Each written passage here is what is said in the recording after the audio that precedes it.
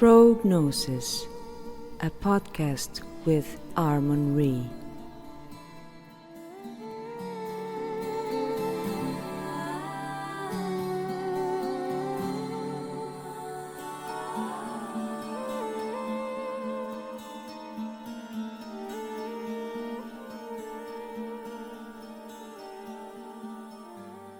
Hello everyone, welcome to episode 10 of Pro.Gnosis.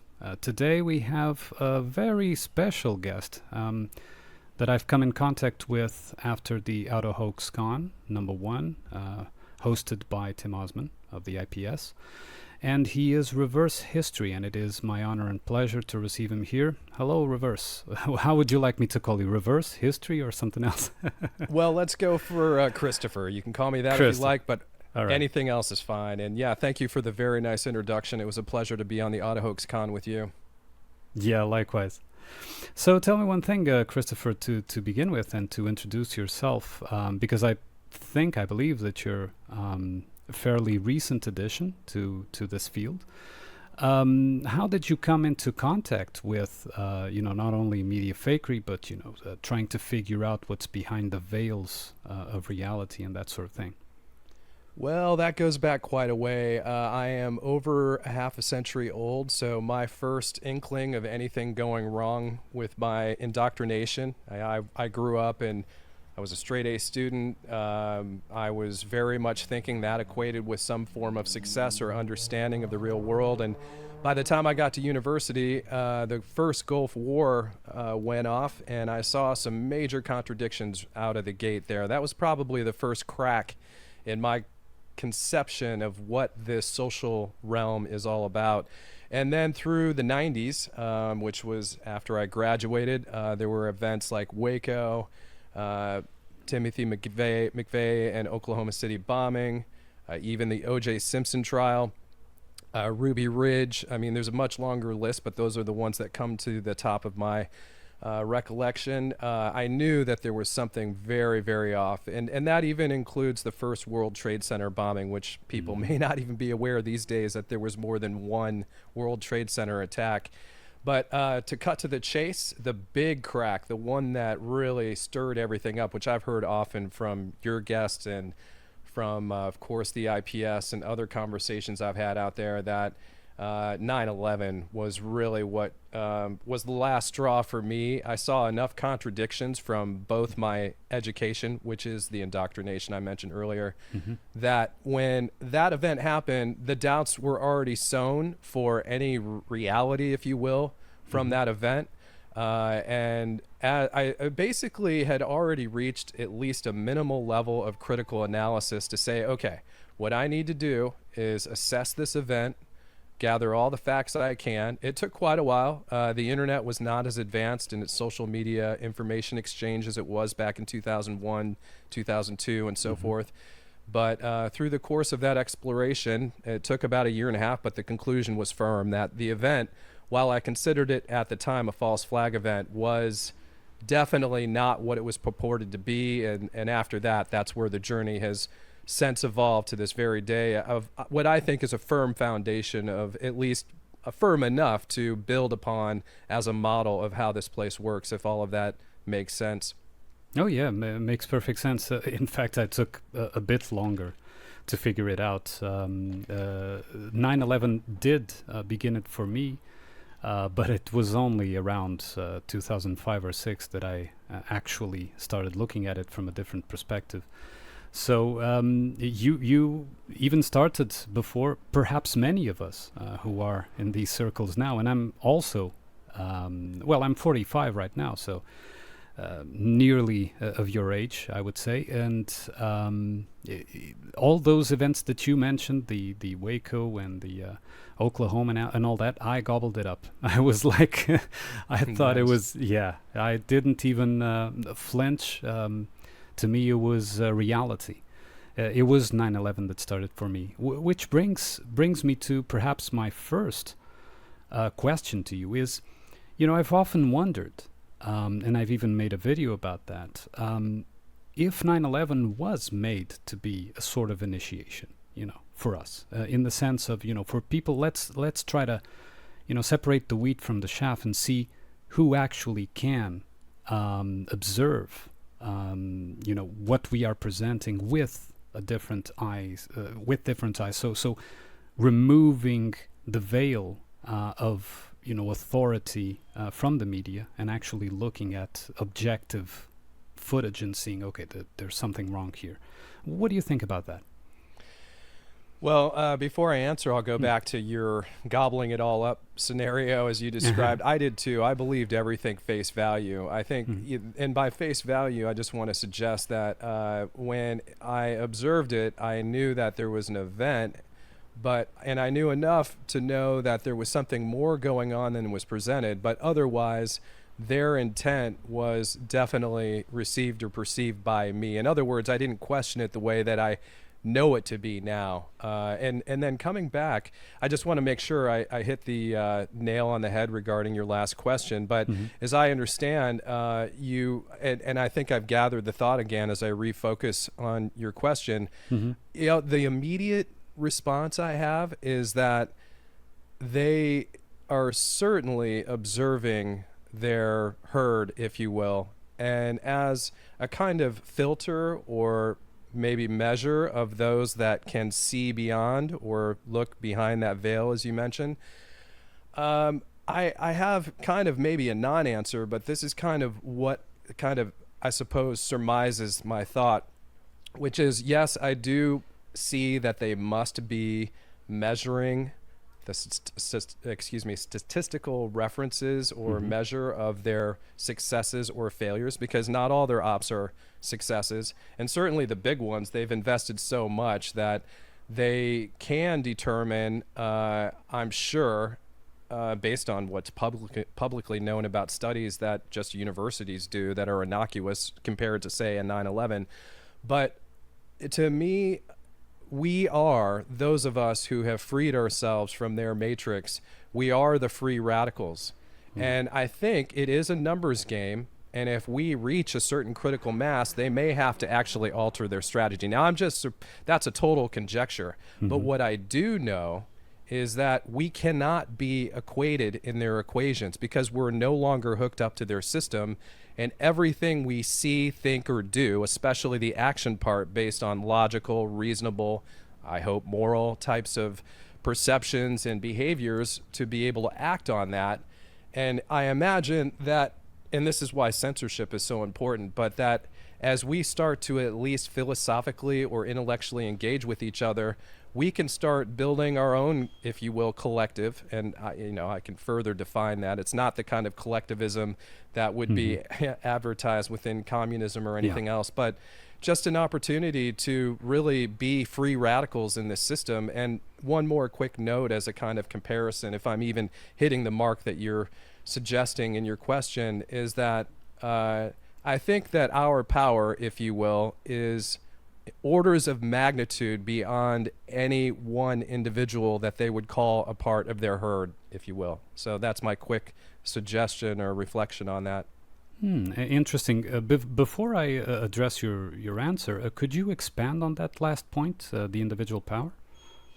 Yeah, I've kind of put a number to it, and the number is meaningless because I can't really measure this. But when I look at those that have the capacity to think freely, maybe learn, explore, update their, let's say, mental model of reality, those that are no longer encumbered by the weight of, say, the political ideologies or social ideologies that keep creeping up. There's so many agendas. I won't try to list them all, but I know you're aware of various agendas that are out there, whether it be male, female related, government related. I mean, the list goes on and on, even sports related. But I have come to the determination, and maybe this is optimism, maybe I'm reaching a bit here, but I can feel it within myself. So I'll use myself as an example.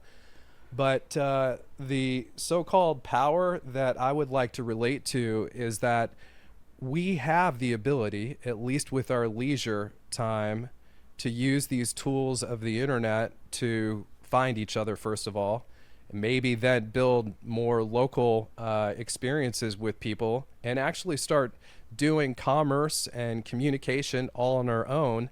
And that in itself is probably what the system, and this goes back to your first question, is trying with all their might to prevent happening. And frankly, it's too late.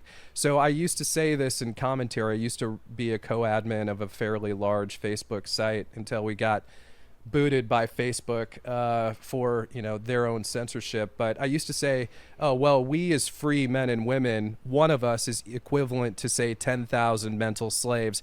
I've upped that number since. I think it's more like 100,000. Wow. But we have something that's probably immeasurable, but is so impactful that this is what the system is trying to prevent. And frankly, it's too late at this point. Yeah, I understand, and it's a very, very interesting point. And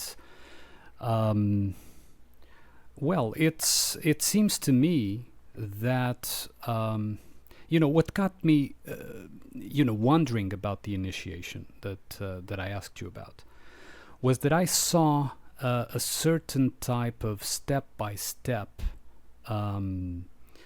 entryway into reaching media fakery. For example, you would have at the first level, like, guys like Alex Jones and that kind of thing, right? Right. That's okay. That's the first stop in the train, if we could call it that. Then, beyond that, you would have someone a bit deeper that, it wasn't just a political thing, or an economical thing or a social thing, but it went a bit deeper.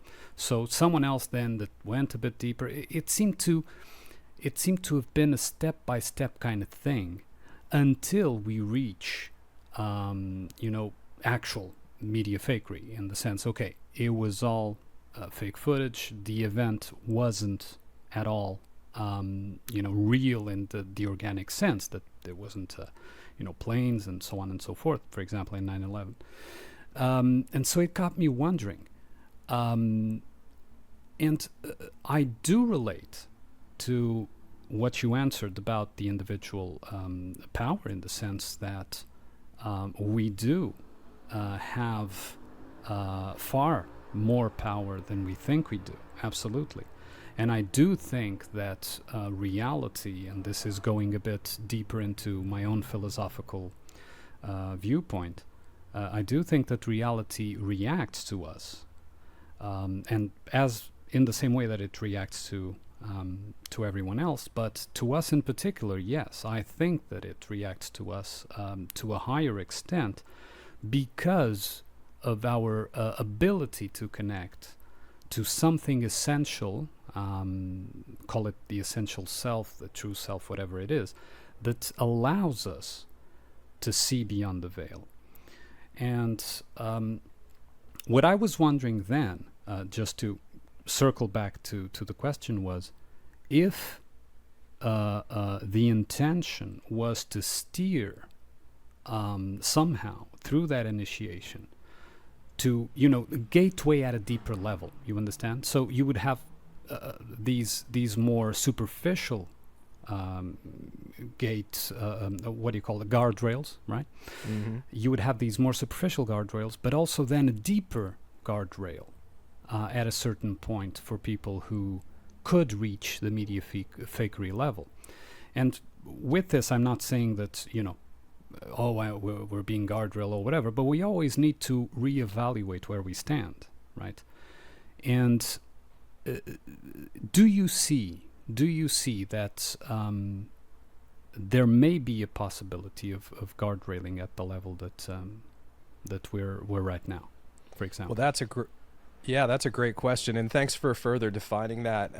The gist of what your first question was about is more fully realized from my perspective. And, the initial reaction I have is that all of that stair-stepping, and I'll get back to the reality aspect that you mentioned earlier, the philosophical part too, but the stair-stepping from, say, Alex Jones / Bill Hicks / any other alternative media kind of caricature, if you will. It seems like some of these personalities are so absurd. It's amazing that people actually pursue the information they have to share just based on presentation, which isn't really a valid judgment. But anyway, it is a part of their stick, if you will. But yeah, I think you mentioned a scenario that I'll term as a form of vigilance when it comes to really, say, remeasuring or measuring what one would consider as progress, and making sure that, for instance, I'm going to say this is a kind of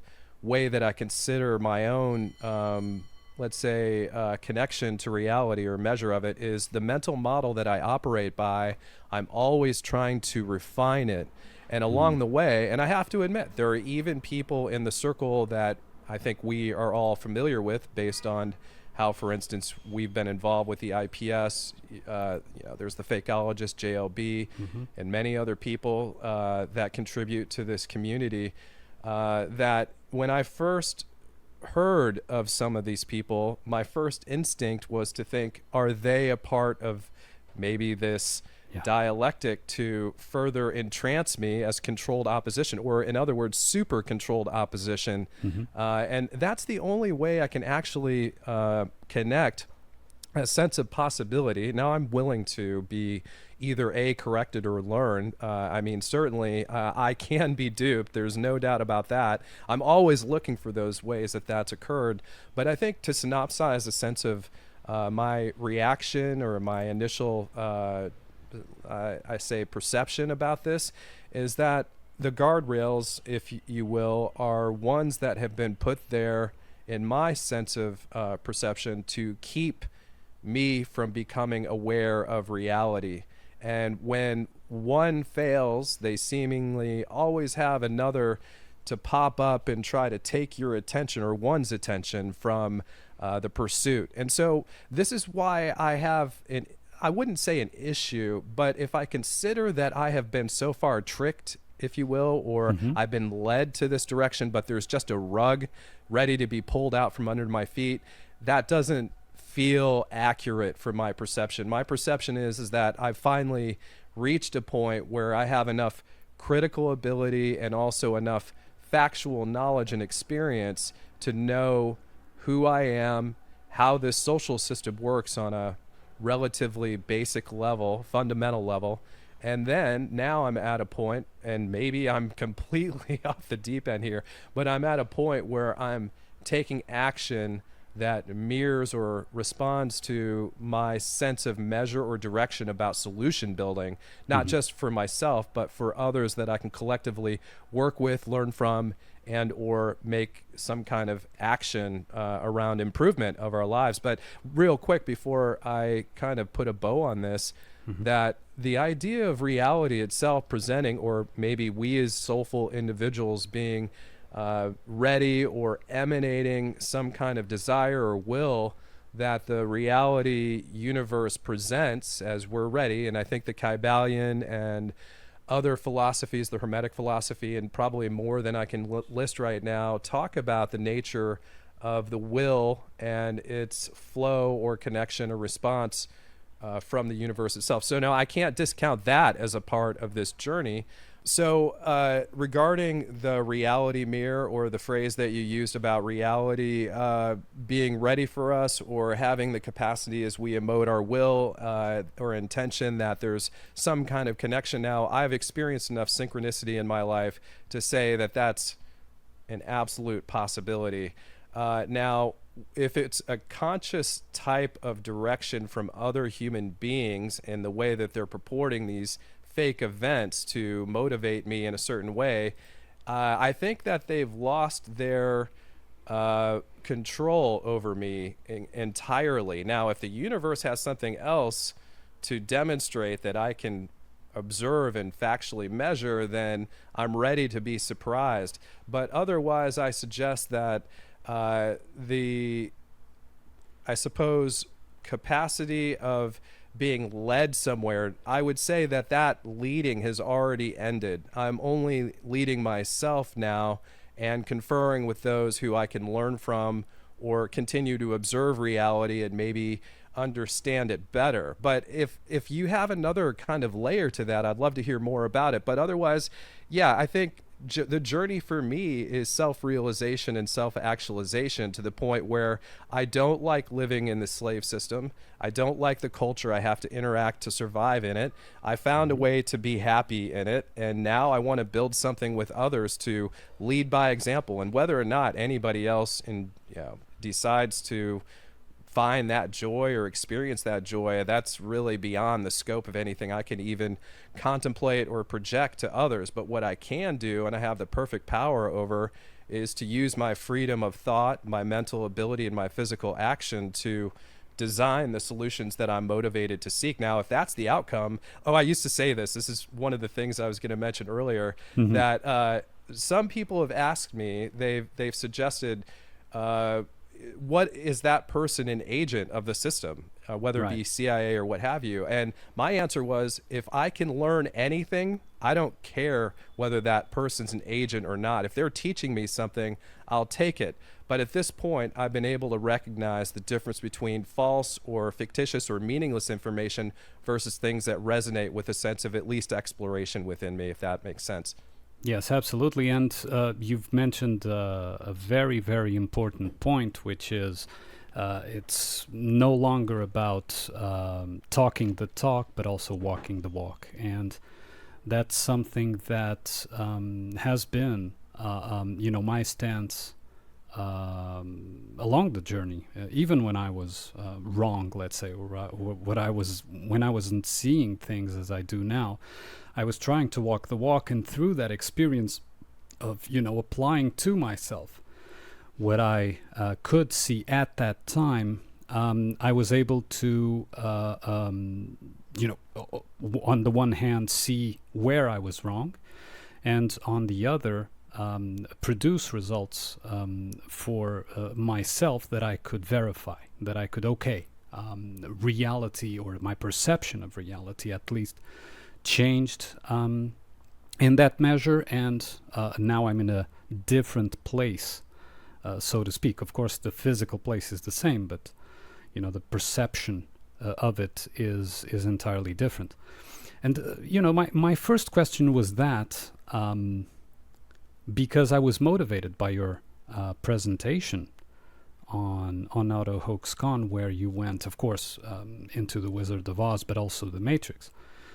And in the Matrix, you do make a point that, the Matrix seems to be about someone releasing himself from the Matrix, so from the perceived virtual reality, let's say, when in fact, and you've proven it in your presentation, that it's doing the opposite. So it was, my first question was actually motivated by your presentation. What can you add to that in terms, because clearly then the Matrix is a guardrail, right?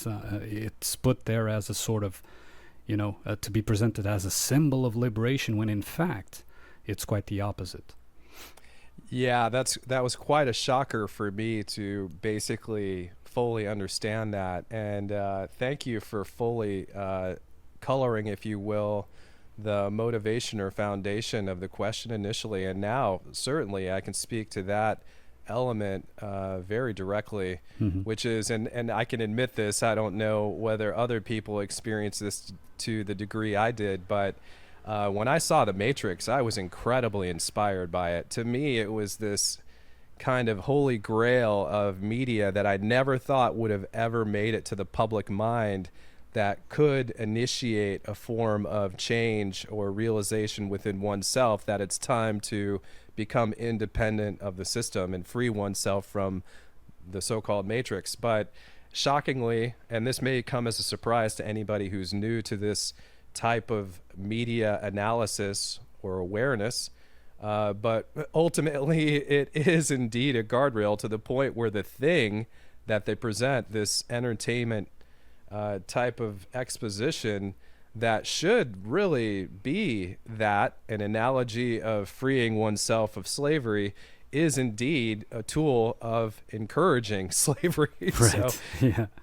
I think that for me, I didn't have to, throw away the Matrix to reach this position. It's really through the gathering of many facts and observations about how media works, their errors, their mission, which is clear to me at this point, that when you recognize the ultimate design, like at first when The Matrix was released, I was like, how did this ever get made? I really thought that somehow, and this is actually one thing that I think, if I could relate back to your first question, that I was like, oh, well, someone in the media has a free mind and they're surreptitiously installing this type of conceptionality or conception of this metaphor of freeing oneself so that people can consider their freedom. Now, I really, really believe that at the time, and I took it as a metaphor into my life. I'll just say this as a side note. I got involved in some entertainment as a visualizer in electronic dance music for some pretty big gigs, if you will, here and there. And I used The Matrix as one of my videos that I would present. Basically it's just doing visualizations of say movies or video effects with computer CGI or whatever in tune with the music, and I would layer in The Matrix to help is kind of a misnomer at this point, to help people, inspire them to consider these thoughts of freedom and slavery. But ultimately, I have come full circle to realize that it is a guardrail, and it most assuredly is not what it purports to be, and it is indeed another form of mind control. Now, fascinating that the thing that we'd be led to in relation to, again, your initial thought process as you questioned me, is that, it seemingly would be led towards let's celebrate freedom, but in the end, the subconscious or what other elements of our focus comes about through watching these things is all about immersing oneself deeper into the Matrix, ironically. Yeah, we'll go back to that. I would like to say, a different aspect in addition to what you've just stated, which is, I think, from my observation, individual observation, that this essence that we connect to always finds some way to present us with what we need to observe. And the interesting thing, and I'll justify this with, when The Matrix came out, I ignored it. It wasn't a time for me when I would watch any movie. I wasn't interested. I had a childhood filled with movies, even in my teenage years, filled with movies. When The Matrix came out, I ignored it. Completely ignored. I would ignore blockbusters at the time, and it was a big hit. In fact, I ignored The Matrix. I ignored what was the other one? The 13th Floor. All these movies at the time that were around the same themes. And even I even ignored The Truman Show. I ignored everything. I wasn't watching movies at all. And the interesting thing is that it was what we would call, and I don't like the term, but it's, I just don't know another term right now to use, but it was actually a normie friend that presented the movie to me. Because he said, well, with your way of thinking, you're going to love this movie. And this guy was nothing at all into peeking behind the veil, nothing like that. He was just, trying to impress me with the movie, like saying, yeah, you don't watch movies right now, but I think this one will actually, pique your interest. And when I watched the movie, I was like, wow, just like you stated, I was like, this is something else, right? And so it's interesting that The Matrix at the time, so this was years later, years after The Matrix actually came out. I didn't watch it in theaters nor any time around when it came out. And I watched it and I was...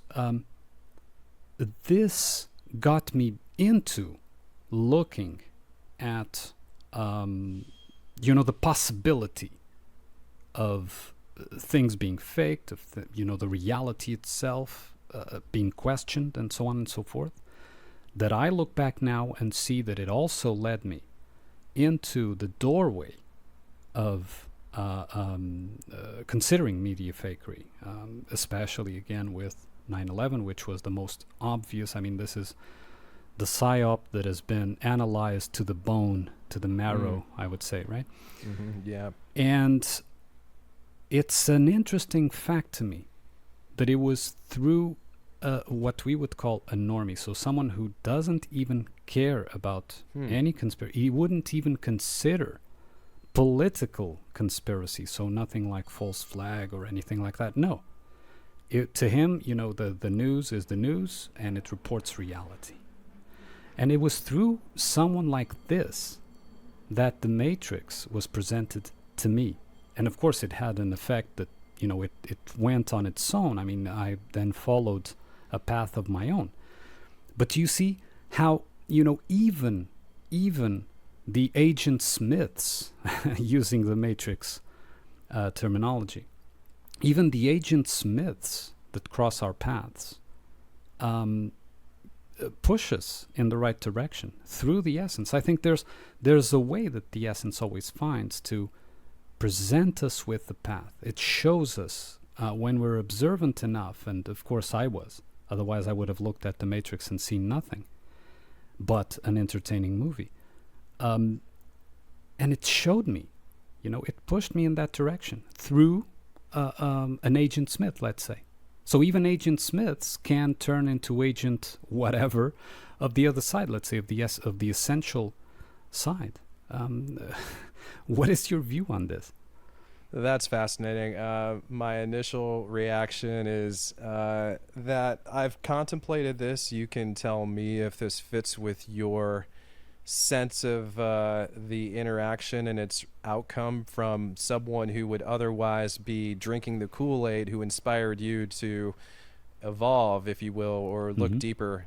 And as I think about some of the analysis that I've done, and this does harken back to some of the video that was shared over the AutoHoaxCon and the intention. Now, I can't fully be aware of the controller's methods or reasons or actions, but I think there's enough information to connect some dots or at least speculate. But I do feel, now I'm interested in your perspective if you're interested in sharing, which is that I feel every cognizant human on Earth, and we could probably put this into an adult framework just to kind of cut to the chase of someone who reaches their own self-awareness on a mature level, that everyone has an awareness of reality in some part of their consciousness, and that the maybe not intention from the individual who shared the movie with you, for example, that they were like, oh, this is going to change your life and you're going to see things differently. That person wasn't seeing anything differently. Yeah. They would not have consciously motivated you in that way. But I think it's possible, maybe not in your example. I'd actually like to hear your thoughts about that. But certainly as I've interacted with many people over the Facebook days I mentioned earlier, and really got into great, deep conversations, I started to contemplate the possibility that people are aware on some level, you know, subconsciously, let's say, but that it's those that reach consciously into their wholeness of their mental framework that might or have a greater potential of exercising that knowledge with the conscious contemplation and exploration or observation to be able to see it for what it is. So in other words, I feel like the media actually, I think, feeds into this in some way. And I think, I'll just say this briefly, that fantasy that talks about these things, we could even use The Matrix, but there are many other movies we could pick from, even the Truman movie that you mentioned, that they put these characters there.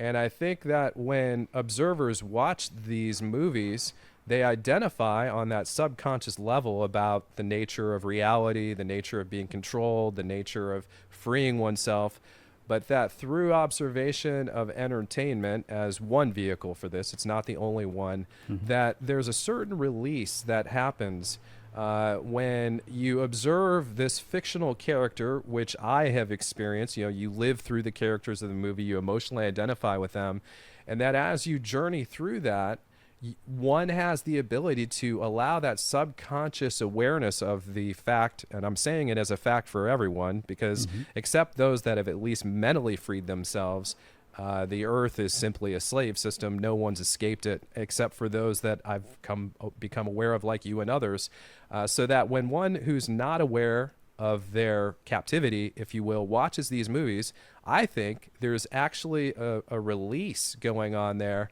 that allows that subconscious perception to be acknowledged, but that if it's couched in entertainment, and I could go much deeper on this, but this is a very general overview, that it actually subdues that natural inclination for that, let's say, soulful observation of their captivity to be fully realized. In other words, it makes it inert, and it actually suppresses it, ironically, because if it's in entertainment, then that's the fiction.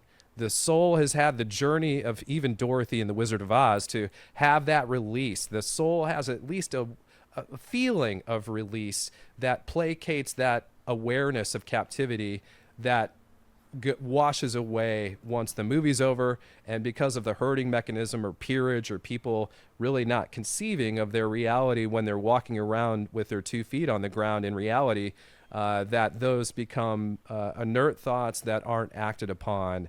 And until there's a light switched within their choice or volition to explore these dynamics and compare their thoughts with reality, then it remains as that fictional victory in The Wizard of Oz or the Truman Story or even The Matrix and any other thing where there's a victor of the one.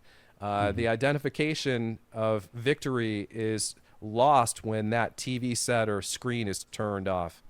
Yeah, absolutely. Absolutely agree. And I think that that connection that you were talking about, or disconnection in this case, that you were talking about occurs because, in my view, we are habituated to live as a character across most of our lives, at least. And so if we live as a character, we live a scripted life. We live basically inside a movie, right? It's nothing short of living inside a movie. I mean, if you consider, all right, I identify as the character that has this name, has this family, has this profession, whatever it is. And once once that identification solidifies, you are nothing short of living inside a movie. Of course, a movie that is very real and interactive, but it's a movie. Your responses become automated, just like a character's would, because the personality behaves in a sort of automatism, and I even have a video about called exactly character automatism, that responds to the world within that framework of the personality. And this has to do, if you don't mind me going a bit deeper into philosophical things. Sure, absolutely. But this has to do with the fact that the decision maker in the mind, which would be the what is called the ego, is beaten down. And it has been beaten down from all sides: religious side, philosophical side, psychological side. Every aspect of society beats down the ego and treats the ego as an enemy. Now, the ego is the one in the mind, is the, let's say, function. It doesn't have, it's not like a different personality or anything like that. It's just the function of the mind that is able to filter and decide, right? He's the bouncer at your nightclub, the nightclub of your mind. And he's able to filter and decide what comes in, what goes out. And if that is taken out, if that is beaten down, if that is weakened, as we see around us people with, in my opinion, very weakened egos, what happens is that the mental personas, which are absolutely necessary to be created for social life, these mental personalities these masks, and in fact we had 2020 with, actual masks, so that was also a symbol that relates to this, in my opinion. These masks become lost, a feeling of abandonment.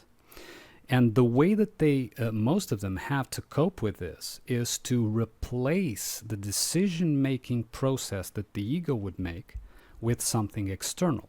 So a priesthood in a religious cult, a politician in a political party, an expert in whatever organization or scientific, field. So these figures of authority that are put there by, of course, reinforcement of media and the system itself, whatever you want to call it, these are put there as replacements for the internal ego. So they become external sources of decision making.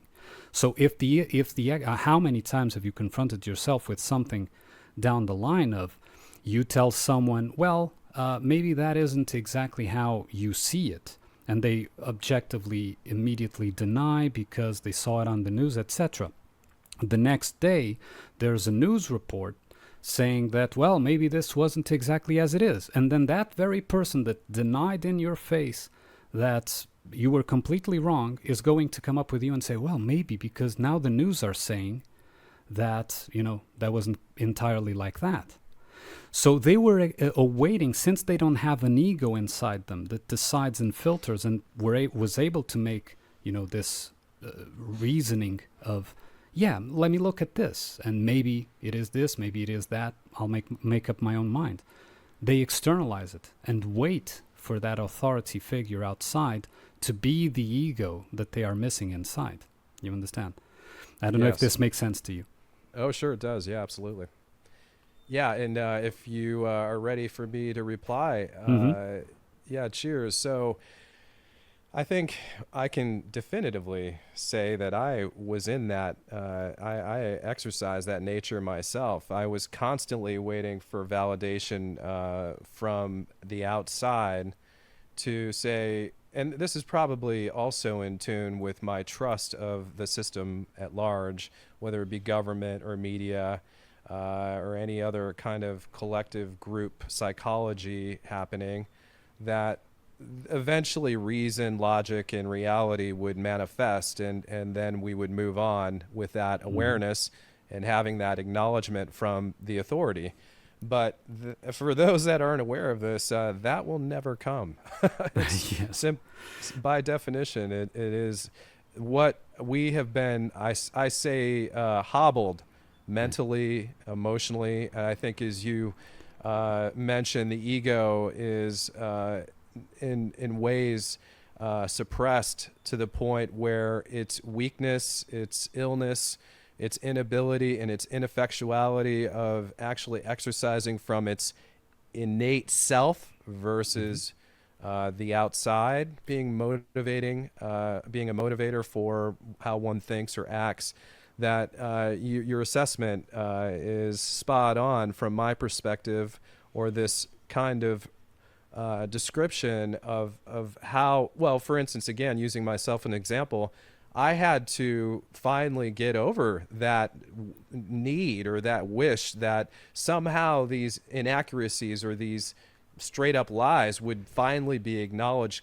consciously and across the mass media or other forms of authority.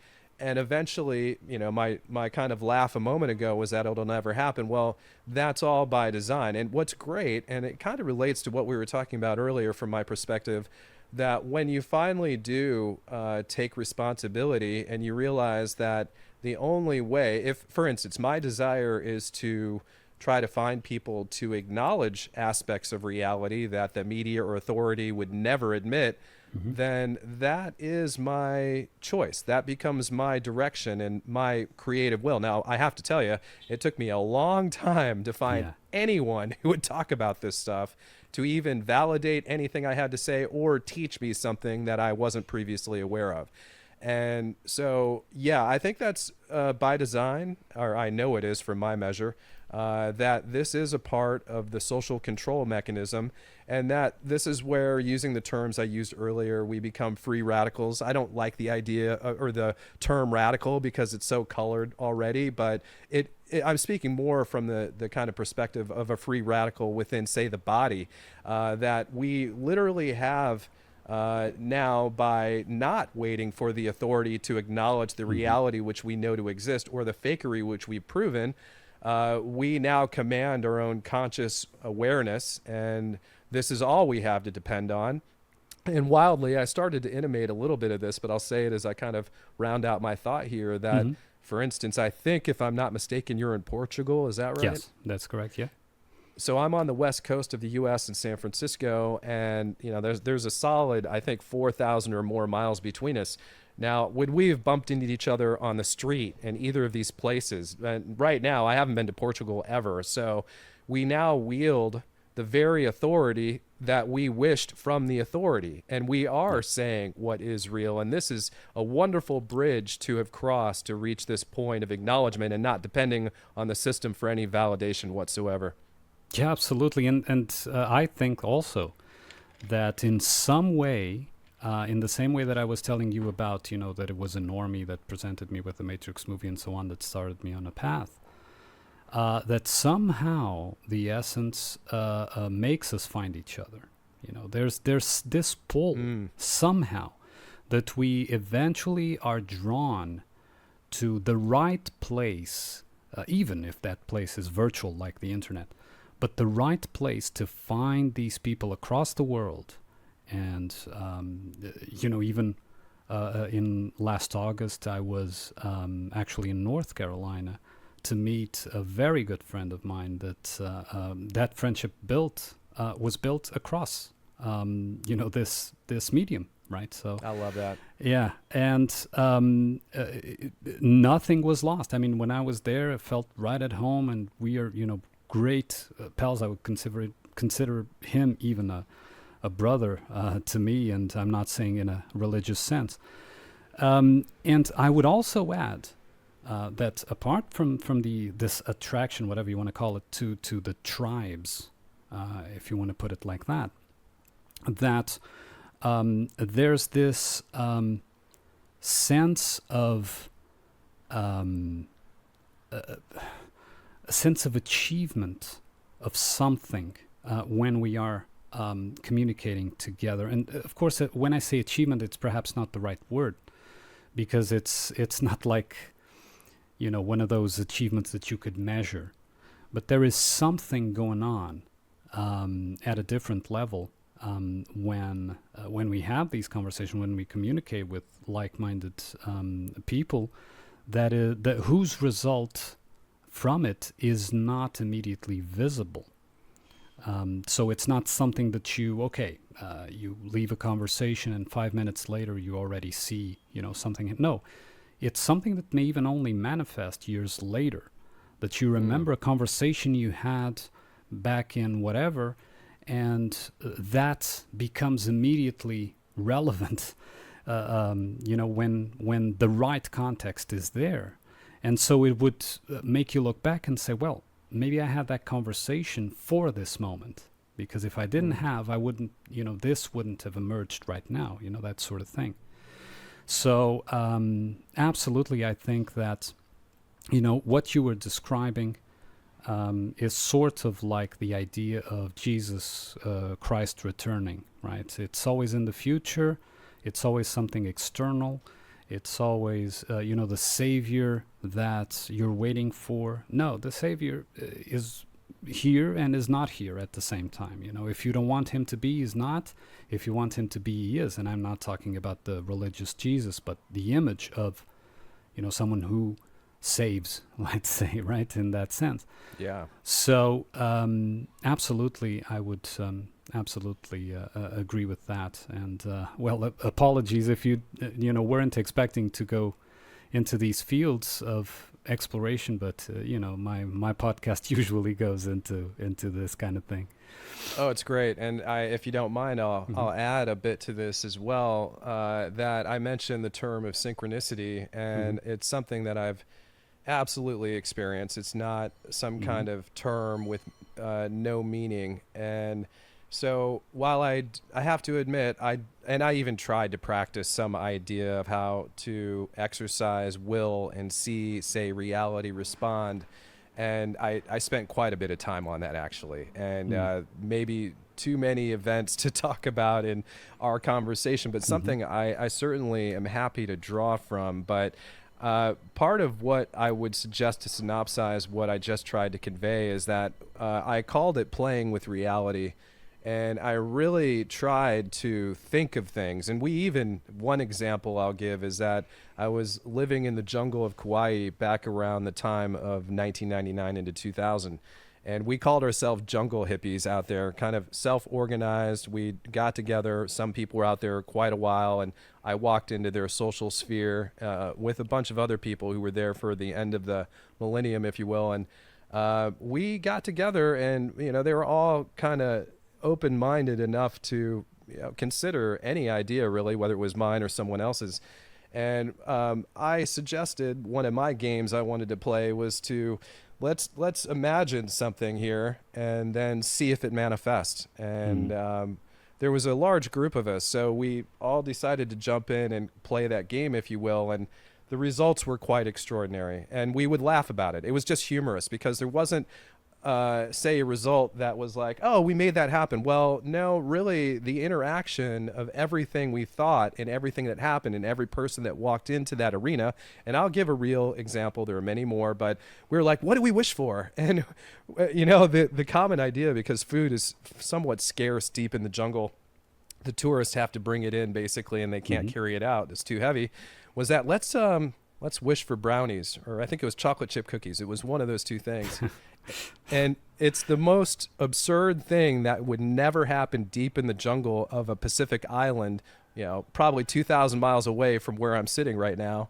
And yet by the end of that night, we were eating chocolate chip cookies, and it was the most extraordinary thing. And we kept on having fun with it. But I think I just offer that example, and my it's maybe even absurd in its own example. But when it comes to more meaningful aspects of, say, for instance, how we've connected, or any of these other meaningful events that lead us in these directions, and even across vast distances, that yes, I can't discount, and I do celebrate, even if I don't understand it, that there seems to be a momentum or some rhythm or some connection to vibration. And while I don't, again, suggest that I understand any of the mystery religions I've studied, many years ago, so I've more or less maybe forgotten much of some of the minutia of it, but I certainly look at some of these terms that they use, and they seem to have meaning with what we're talking about. For instance, the idea of vibration comes back to that Hermetic philosophy, and they talk about it often. So just to kind of come back to your thought process, if I've taken it in a direction that marries with what you've been conveying to me, it's that, yeah, there does seem to be this underlying facet that I'm willing to consider. I may not fully understand how it works. I certainly don't have any command over it, but I do have command over myself. And what I've come to terms with is that, and this may be too abstract to convey in a short conversation, but that it's up to me to be the best of me I can be and emanate that. If there is a communication with the universe and others, consciously with you and others, the way that we interact, even randomly walking down the street, then I'm wide open to that potential, and it does seem to have continuity that's measurable. Yes, absolutely, and that's something that I've decided a few years ago, which was that whenever, so this exploration, to me, it is sacred. It became sacred to me. And anything that is related to this path, I put everything, the best that I can, into it. So if we're having this conversation now, you can be assured, of course, I have human limitations. If I'm tired or if I'm hungry or whatever, that limits the availability. But you can be assured that in these conversations, it will always be the best version of me at that time, right? So I put everything I have into that because I've realized, exactly as you've stated, that is, I can only control my backyard, right? So although I do not have control over things that I would like to see changed or whatever, that is outside of my field. That is something that I cannot, be held responsible for. But I am responsible for how I interact, for how I treat, let's say, the things that are important to me and the priorities that I give, right? I could be, perhaps sleeping right now or whatever. And no, I'm here having this conversation, and I wouldn't replace it with anything else. So in that sense, to prioritize what you consider to be important, and if someone else considers something else important, that's fine. It's their choice, and respecting all that. But this is where I am, So I love it. By the way, bravo. Sorry to interrupt, but brilliant. Yeah, so absolutely agree with you. Now, if you wouldn't mind, and of course I will post your YouTube. Will the Auto Hoax Con be on YouTube or another social media outlet? Yeah. So, and by the way, just a quick interjection. Sorry. Yeah, no worries. It's just to kind of put a little bit of a nugget on your last thought. Is I have done some audio mixing, music mixing, and so forth. And one of the mixes I made, I called the Field Effectors, and it essentially resonates with what you were just describing for yourself. And yeah, well, thanks for asking. Yes, the Auto Hoax Con #1, Tim and I talked. He's more than amenable to me posting that on my channel, which is Reverse History. And my channels are on my site, reversehistory.wiki. And I intend to upload it this weekend. I know Tim is also going to post it, if he hasn't done so already, on his Patreon site for the Infinite Plane Society as well. Yes, it's on his Substack as well. Great. I was asking because I am going to, of course, put the links. Perhaps the best link to put would be the reversehistory.wiki, where it includes all the other channels. But I was wondering if, because most probably this will come out even tonight, and if people are going to find the Auto Hoax Con, which I think is an essential view for anyone to come into contact with you. So if it won't be there yet, I will post a link to it from Tim's Substack or something like that. So, but going back to then what you presented in the Auto Hoax Con one, I was in fascination looking at your and watching your presentation, and there have been over the years many theories, interpretations, etc., about The Wizard of Oz, and even about The Matrix, and other movies that you presented there, and even that series. I wasn't even familiar with that series. What was the name of that series that they were talking about the virus and the monkey? Oh, right, the comedy. That's called Are We There Yet? And that episode was from 2012. Okay. So because I'd never come into contact with that. It must be an American thing. It's not very well known here, but it was absolutely brilliantly put together. And could you summarize for people who haven't yet watched the Auto Hoax Con, just in a summarized way? Of course, I know that that's a very well, it could be even more extensive if you had the time. Because it felt like you had more to say and, sort of tried to shorten it. But in a very summarized way, could you present like the outline of those connections for people who haven't watched it? And I will recommend that they do watch it after they listen to this. Sure, yeah. So Are We There Yet is a comedy, an American comedy, as you referenced. I don't remember exactly when it started or ended. Certainly, they had one season in 2012. I know it was a multi-season episode or show, and it's about a family show. I actually had never become aware of it either until I saw aspects of predictive programming, some of which I know Tim has also posted on. And so, yeah, the 1/2 hour episode from October of 2012 was called the Quarantine episode. And it essentially, for the most part, right out of the gate, gets into the premise, which is this family endures a virus, which they have to be locked down. The CDC calls the family and says, hey, you have a squirrel virus from Mexico, so we have to now lock you down. And instead of, dynamics that would say, oh, we're not going to do that, which, there was a little bit of pushback from one of the characters, but they all, of course, submitted, and the state was there to make sure they stayed within their home.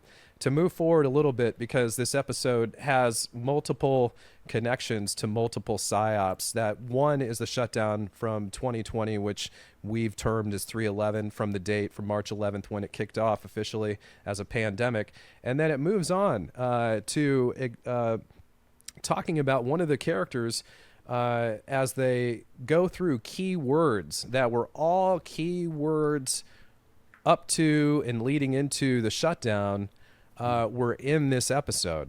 And there are things like quarantine, CDC. There were other words too that I've noted within the presentation, but particularly these characters eventually start saying, hey, when is this monkey flu going to be over, or something along those lines.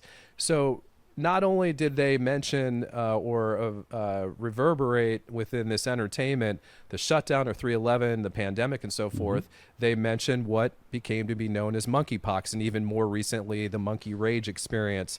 Now, that in itself are two, and it really helps to see it. This is why I actually produce this stuff, because we could talk about it, but to see it really helps bring a form of connection to what they're conveying and how it relates to an event that had yet to be manifest 8 years later.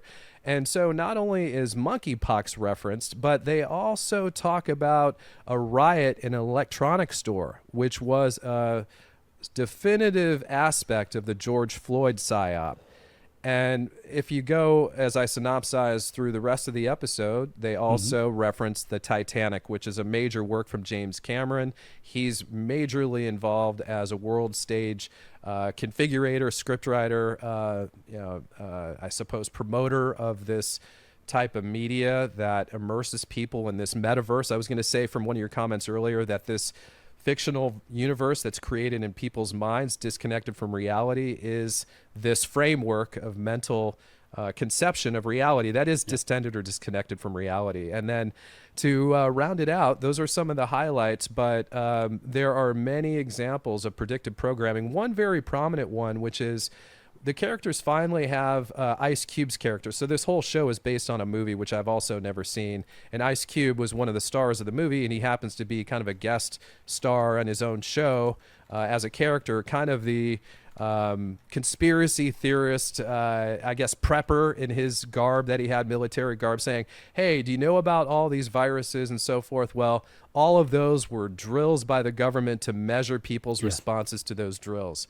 And the character, there's a response which says, oh, so this is just a drill? And his response is, yeah, except for one thing, which is the bird virus. Don't mess with the bird. So even in the character that's supposed to be the skeptic, he accepts part of the framework, which, of course, the Earth accepted over the shutdown. And so that's my quick review for that. Yeah, and wasn't there also a mention that the monkey thing was a fake as well, was a drill?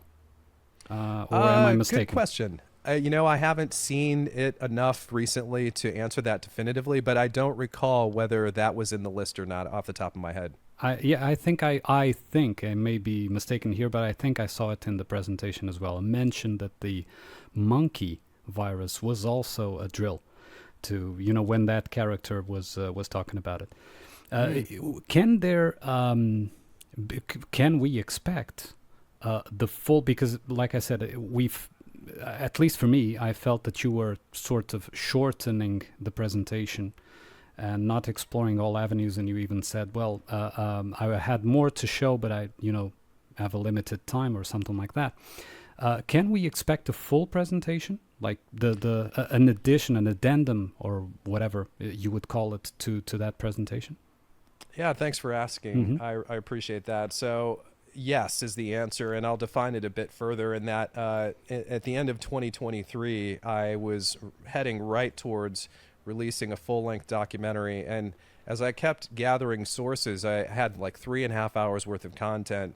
And then I ran out of money and had to get a job. So Right. I had to set aside the project through the beginning of 2024. And it wasn't until Tim started advertising the AutoHoax Con #1 that I felt like I had the brain space to actually jump back in. And I'm like, wow, I chatted to Tim and said, I have this phenomenal volume of material. I could easily edit that down or grab 45 minutes for a segment if you're interested. And he was definitely encouraged and said, yeah, that sounds great. And, that was the beginning of me diving in about 6 weeks ahead of the AutoHoax Con to try to gather something that would fit within that time framework. And like you said, I had to leave out a lot. I mean, there was so much that would have been great to share and relevant to that presentation. But to cut to the chase here, yes, what actually the AutoHoax Con inspired me to get back in the editing studio and produce something. And I'm so grateful for your response and the rest of the IPS and people that have reached out to me to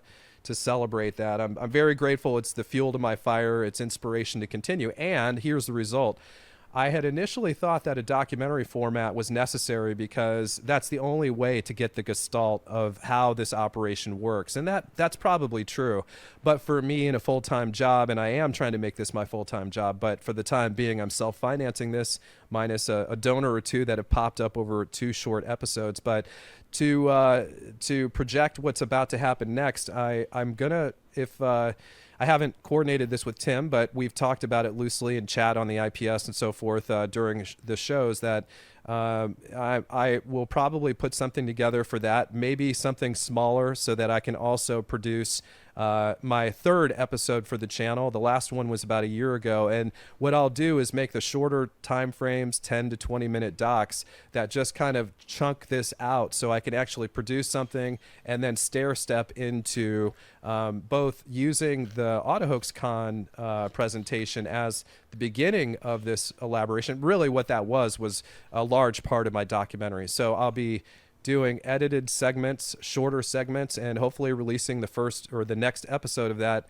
within the next, say, 3 to 4 weeks. And then over the course of time, I'll be able to continue elaborating on that with much greater depth and adding in those sources that I didn't have time to share. And the last quick note on that is that even the presentation, I had so many more notes to share, really fascinating anecdotes that I think, given what people enjoyed, if you will, about the presentation, there's so much more. So I really hope that these episodes offer that deeper analysis that's worth consideration. Oh, yeah. And we're all waiting for it, believe me. And I'm sure that you've noticed in your subscriber count that it went up after the AutoHoax Con for sure. Because a lot of people connected with what you presented and is waiting and even talking about you in the sense of, oh, when is he going to release something? I mean, it was everybody was fascinated as I was with your presentation. So yeah, can't wait for that. And if I can help in any way, if you feel that I have any field that I can help in, just let me know, and for sure we can collaborate if you need. I really appreciate that. Thank you so much. No problem at all. One aspect, one thing that you said a few times during the presentation, I would like to go there if you don't mind. Sure. Is you've said something that really, really hit the nail on the head, as you Americans say, with me. Which was, you said, this event for the people who saw this started here, not at the date when the event started. It started here. Mm-hmm. Do you remember saying that? Oh yeah, absolutely, yeah. And that is, I mean, a connection that I couldn't have put, better myself. And I, was really, I congratulate you on that connection, because it is exactly how virtual reality works. Because if, for example, if you're watching, or you decide to go watch a movie, whatever it is, right? And of course, we're equating this virtual reality with a movie, like I did before, because to a certain sense, even before media, we were living movies through characters that weren't our essential selves, let's say. So identifications with other things. And when we are going to watch a movie, why don't we like spoilers? We don't like spoilers because if you watch the end of the movie without watching the whole, build up towards the ending, you don't get it, right? You see the end of the movie. Okay, you know how the story ends, but you have no relation to it. You do not, actually connect to any of the characters or their build up, their stories, etc. So in the same way that you can't begin watching a movie in the ending, except if it's Memento, which is different because it runs backwards, right? You're familiar with Memento, I suppose, right? I am, but I haven't seen it for a while. But indeed, yeah. Yeah.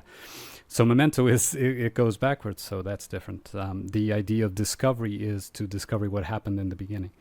But in the same way, in predictive programming, which is doing exactly that build-up, so it's producing the context, the story, the acceptance, the emotional connections, etc., so that when the ending, which would be the actual event in this case, the ending comes, you have this build-up already. So you have this connection to that story, emotional, psychological, even of identification with some of the characters and some of the events that were built up, etc.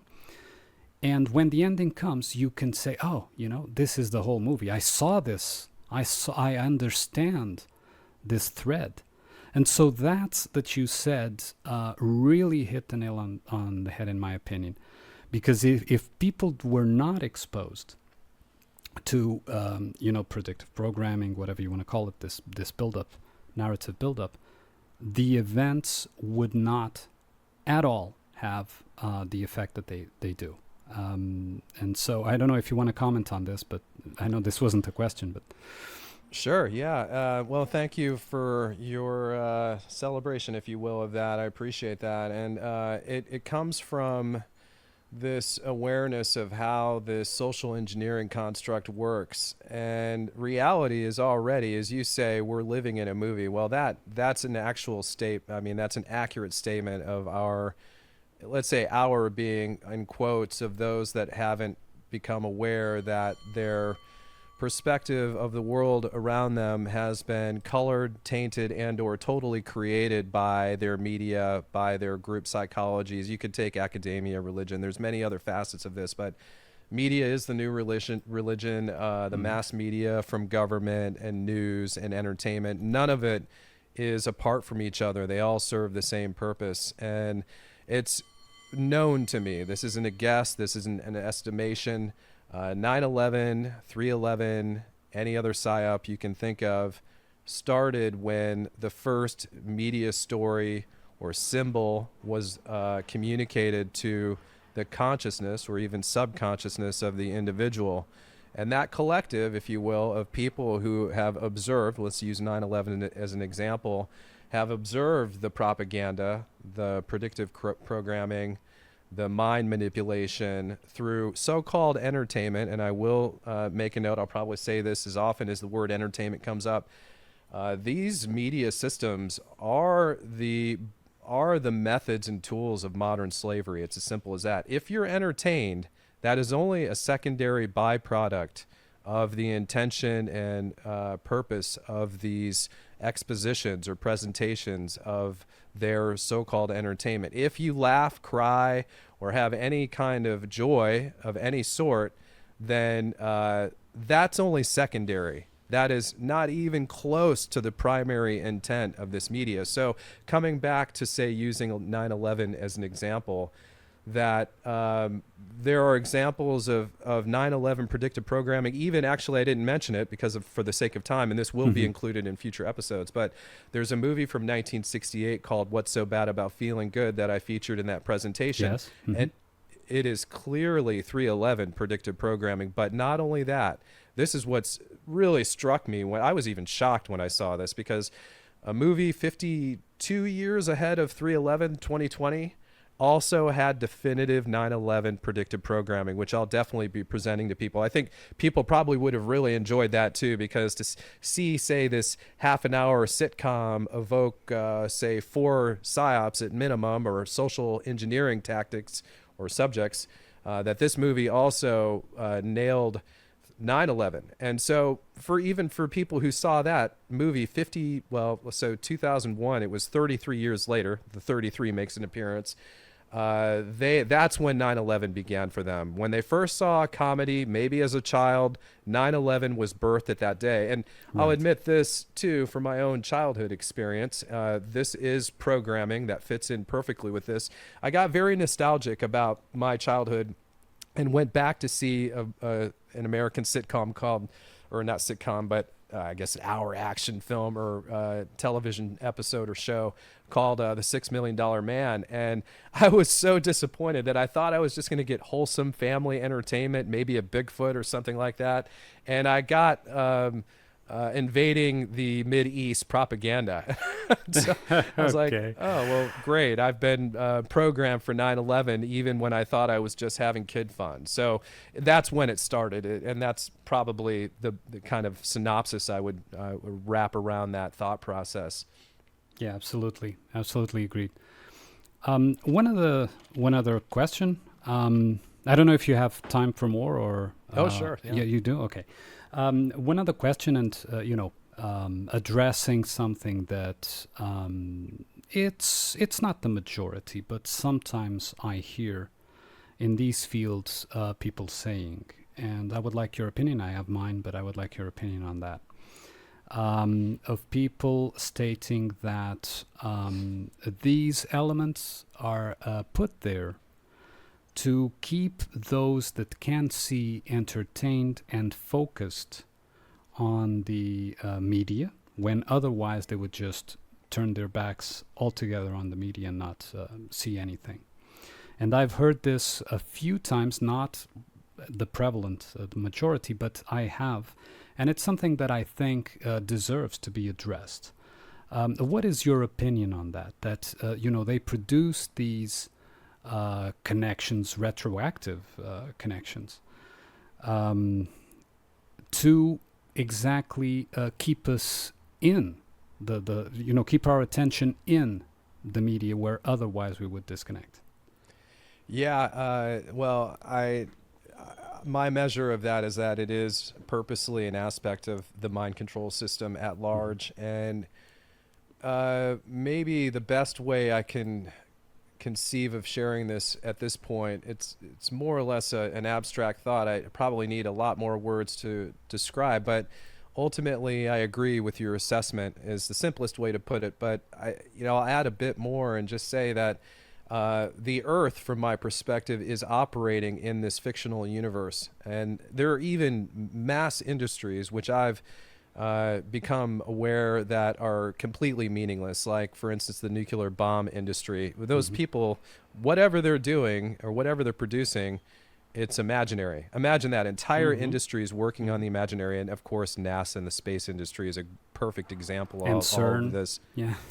Absolutely, yeah. The fact that it's going to magically suck the Earth into an abyss is one of the psyop aspects of that too. But they've, generally speaking, what they've done is they've spent billions of dollars, and I'm sure that's actually funding some greatness of their, slave celebration of all of the effort that they've absorbed from their herd. But CERN being a great example, it's like a giant stage play, and they have big props, and they have people who spend their lifetimes on meaningless physics to make it operate, or even encouraging children to get into these fields, which is really, really sad, of course. But sticking to the major kind of, I suppose, purpose of this is that, yes, maintaining what I would call a kind of trap, or a kind of mental scape that one never eventually becomes motivated to release oneself from. That is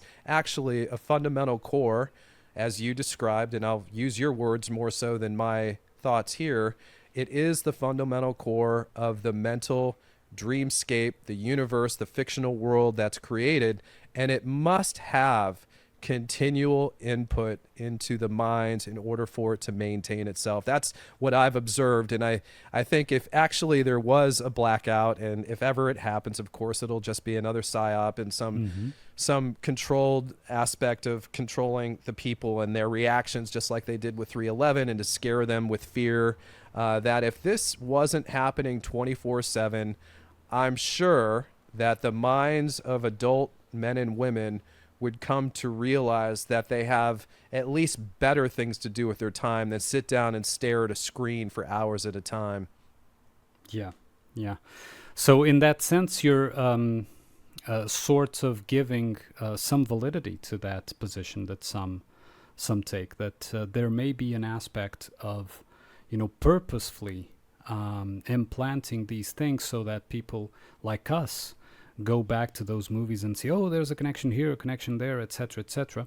And so we look at, we are exposed to what perhaps we weren't. Like, for example, I never watched that series that you were talking about. What was it called again? Sorry. Are We There Yet? Are We There Yet? Yeah. And I only saw it because I watched your presentation. So their critique is that by doing that, we're pulling attention from those that would be on a different path towards the media. And from what I gathered from your response, it might have some validity. Yeah, well, I'll add, now that you've mentioned what you have, I have, well, first of all, sure. Yeah, I think that's certainly a part of the continuum.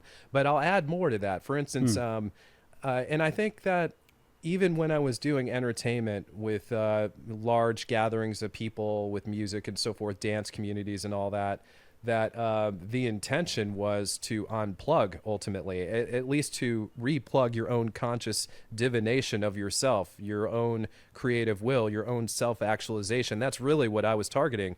So in other words, it would be be kind of funny if I've been tricked into turning this work into a play toy that attracts people deeper into the matrix. Yeah. I think that, and now this is where I can certainly come full circle and say, no, my intention, even now, this is my intention now. Am I being directed by unconscious forces I don't understand because I've been motivated to do this by beyond my own will? Well, I reject that. I do fully reject it. Now, if someone can point out to me, yourself or anyone else, that can show me how I've been led with a carrot to this point, and maybe if my intention is to free myself as a first step, but also share part of the journey that's allowed me to see how this framework of the metaverse, this dreamscape that people on Earth live by for the most part, that's most everyone, then I have to jump back to my will, which is I want to live as a free man. Now, I do,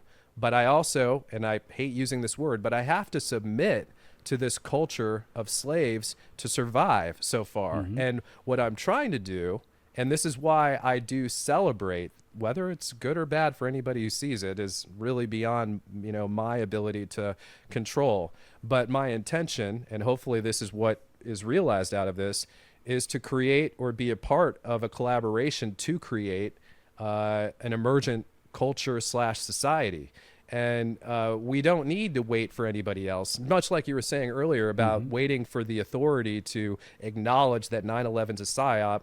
Well, we're beyond that, of course. And now what's wonderful is that we're at a point where we have the opportunity to design our paths forward, even in the midst of having, if, again, using the word submitting to whatever we have to do to interact with those that are still sleeping or unaware of their own captivity, that we have leisure, we have the luxury of time and conversation like this to begin designing that which we're developing. And so, cutting to the chase here too, my intent is not to go further into the media, it's to actually demonstrate what the media is and use that as a beacon to find others like you and others we can connect with and do what we can to collaborate and build that which, I'm not speaking for anybody else but myself, but I want to build a free society. Now, maybe that's a pipe dream, but I'm not going to stop pursuing it with action and steps and physical kinds of movement until I'm dead. So, and if that's what they've intended for me to do, they've succeeded brilliantly. Yeah. Well, I of course agree that intention is the most significant in any action. And even when we do make mistakes, the intention can often sort of self-correct that mistake as soon as you take responsibility for it. So absolutely. What I was saying is presenting a different point of view, which is, I think, very necessary. And it comes from my, also philosophical viewpoint, if you like, of always, checking. There's a descending voice that, has some valid, it's not just, a trolling kind of thing, but it has some a valid opinion on this. Let me look, right? So let me. For sure.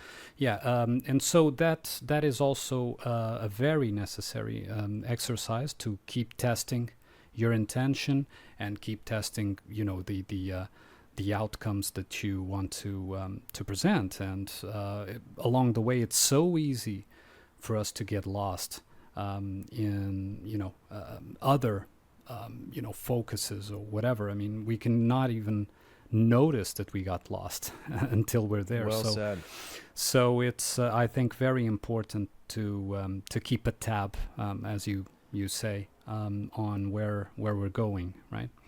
Yeah, and if I may, I'd like to offer a mea culpa for my own project, if you are interested.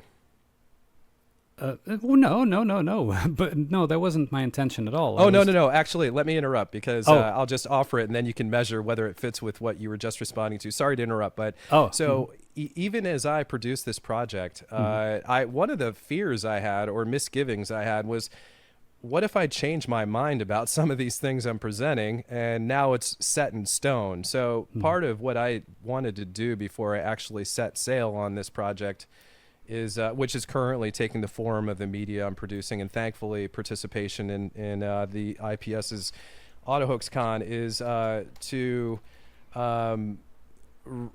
more or less just put a stake in the ground and say, okay, here it is. I'm going to go public with my perceptions, and they may change. And the mea culpa I was going to offer wasn't about anything necessarily you and I've engaged in. It was actually something I've often considered with the first 2 episodes I produced, was that the first introduction from episode number 1 and 2, which are the only 2 are online right now, part of it looks at this whole 3/11 shutdown as, the V thing as biological warfare. Now, I offered that because I hadn't yet measured the outcome of what I know now, which is it was a placebo of some kind.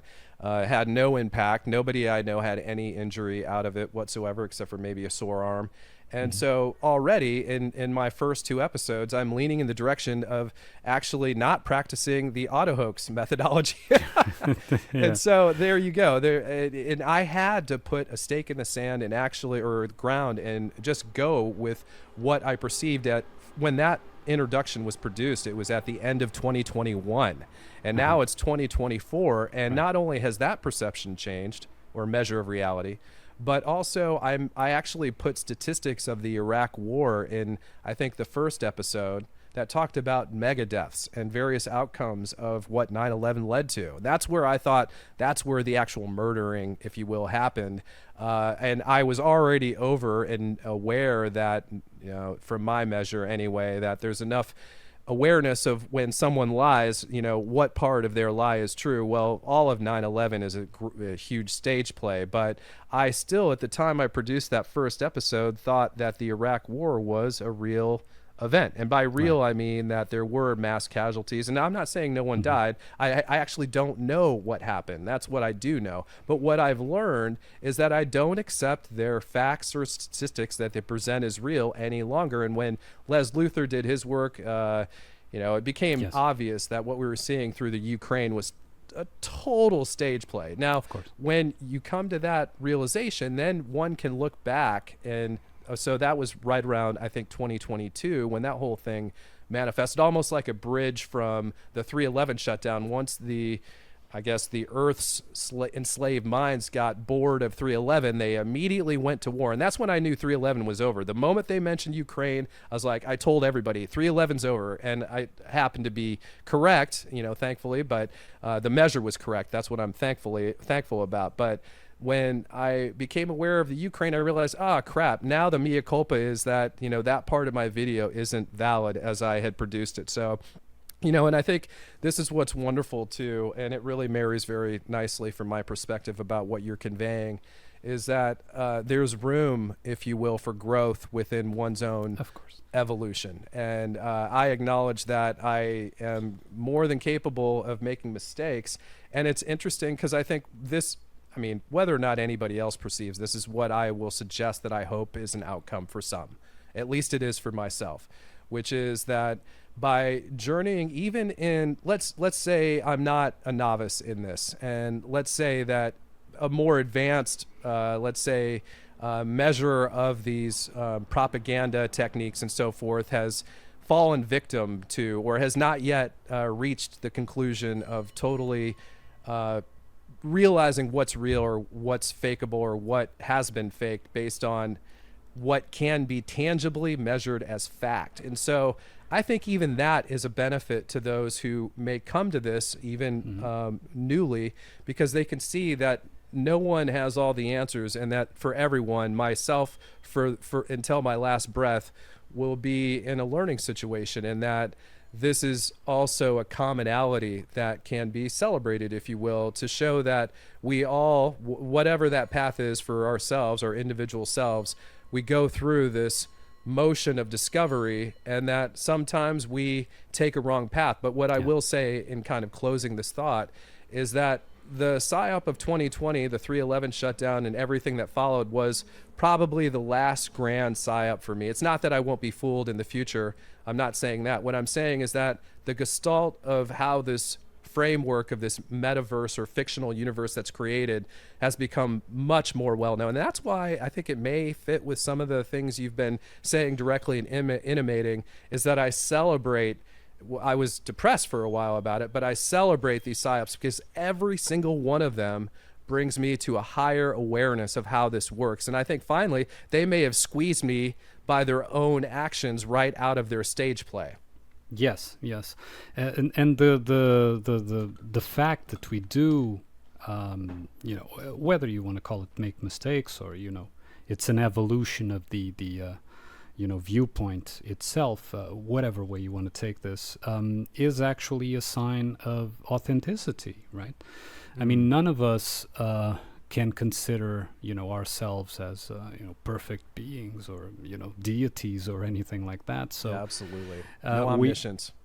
So we are not here from a standpoint, and at least now talking a bit more of myself and my contributions to this, which my contributions are not in the same field exactly as yours. I'm more in the philosophical kind of spiritual field, but there are things in past videos that I've put out that I don't agree with anymore, but I do not take it out. I do not remove them, because this was my journal, and my journal is my journey, right? So if anyone would comment on a past video and say, hey, what you're saying here doesn't add up with what you're saying recently, my response would be, well spotted. I'm glad that you paid attention to that. I'm glad that you brought it to the fore. And that only means one thing, that, my vision, my observation, improved, or, became clearer, or whatever, right? So, wonderful. Yeah, and it's the fake authority figures, and I'm not saying that I am an authority figure for anything, but what I am comparing is with the authority figures that come from media and the system, and etc. The fake authority figures are very keen on hiding changes of mind and mistakes, whatever it is, because they rely upon an idea of, at least, close to perfection, whatever, right? So they have the full package, and they speak always from a position of superiority. At least from my point of view, and I'm certainly detecting that is your standpoint as well. We are not talking from, on a pedestal, instructing the pupils on a matter. No, we're at the same level, and we're collaborating with each other, and presenting our homework notes in the field that we feel more comfortable, right? Even today, like I told you before we started the recording, even today I watched Joker 2. It already came out in Portugal since yesterday.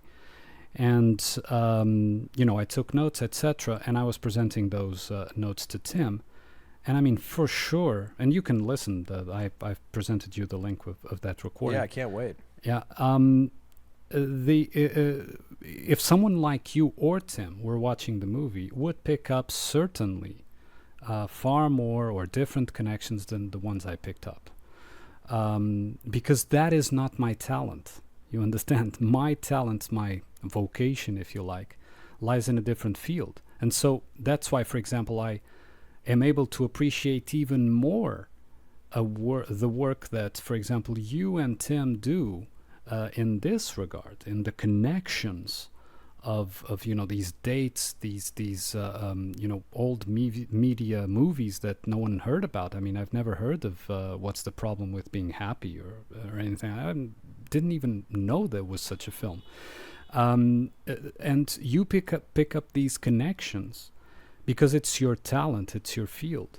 I pick up something different, but I try to contribute nonetheless. And of course, if you listen to that recording of me sharing my notes, and you find, this connection that he picked up, or this note that he took doesn't make much sense, I'm fine with that, because I was completely out of my my territory, let's say. But nonetheless, I was in a country where the movie had already come out, and I did my contribution so that then you guys pick it up, and if anything that I related helps, I defer to your talents in the same way that I'm sure you guys defer to my talents when it's my field, right? So this is a collaboration. This is a collaboration thing. We're on the same level, collaborating, sharing homework notes, and there's no sense of superiority. And this is something that it's very hard for the massified mind to understand.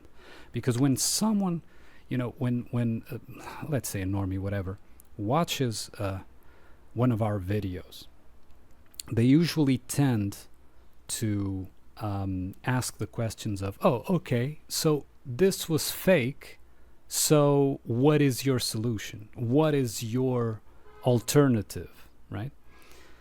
And this is exactly the mentality of the mainstream that is presented and imposed upon us, right?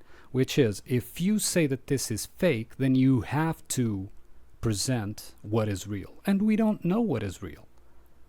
We don't know whether we can hint at it, we can, speculate, we can try to figure it out, but we are trying to figure it out. We don't know for certain what lies on the other side of the veil. We just know that there's a veil there, right? And that is exactly what we are trying to find out with this experiment of removing the veil. When we remove the veil, what is it that we find on the other side? Is it the old man behind the machine? like the Wizard of Oz? Or is it something else? We don't know. We don't know. We can speculate, but we don't know.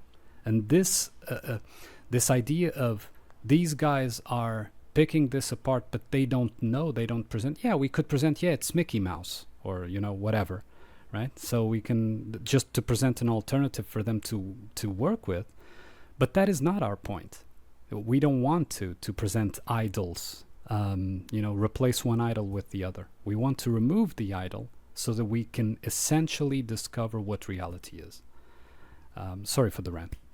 No, that's brilliant. Well said. And I agree. And the extension of the journey, if you will, of course, I can only define my own intent or desire, but it does seem to be a common intent that I've heard others speak for themselves about, which is, first I'll just say too that, any of the things that I've done is born of collective collaboration. There is no way that work could have been produced without, I'd say, hundreds, if not, maybe the number could be much greater because it's filtered through so many people to the point where when it finally arrives in, say, my inbox or my Facebook feed or watching or listening to, say, your show or other shows that we have in common, that the pieces of that puzzle have to be put together, or at least the pieces have to be gathered by a very large number of people. And it's really that group that is the author, if you will, of that work. And I feel privileged to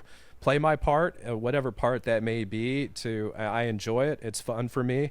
The idea of, let's say, putting these pieces together in a certain fashion that demonstrates aspects of how this mental framework is created, this fictional universe, this metaverse. It shows it's the outcome of not one being, for instance, myself. It's the outcome of a very large group of people. And I have to give credit to many people who've taught me about these things so that I have a new perception or perceptibility to be able to see dynamics that I would not have necessarily recognized unless it was shown to me or demonstrated. But once that key is unlocked, that door can be walked through, and you become more let's say, aware, or have a self-ability to take on this measurement tactic or this measurement ability. Now, in light of your work that I've been exposed to and very much appreciated your conversation with Tim over the AutoHoaxCon, we each, as you do, bring our unique talents and skills to this presentation, or our actualized selves.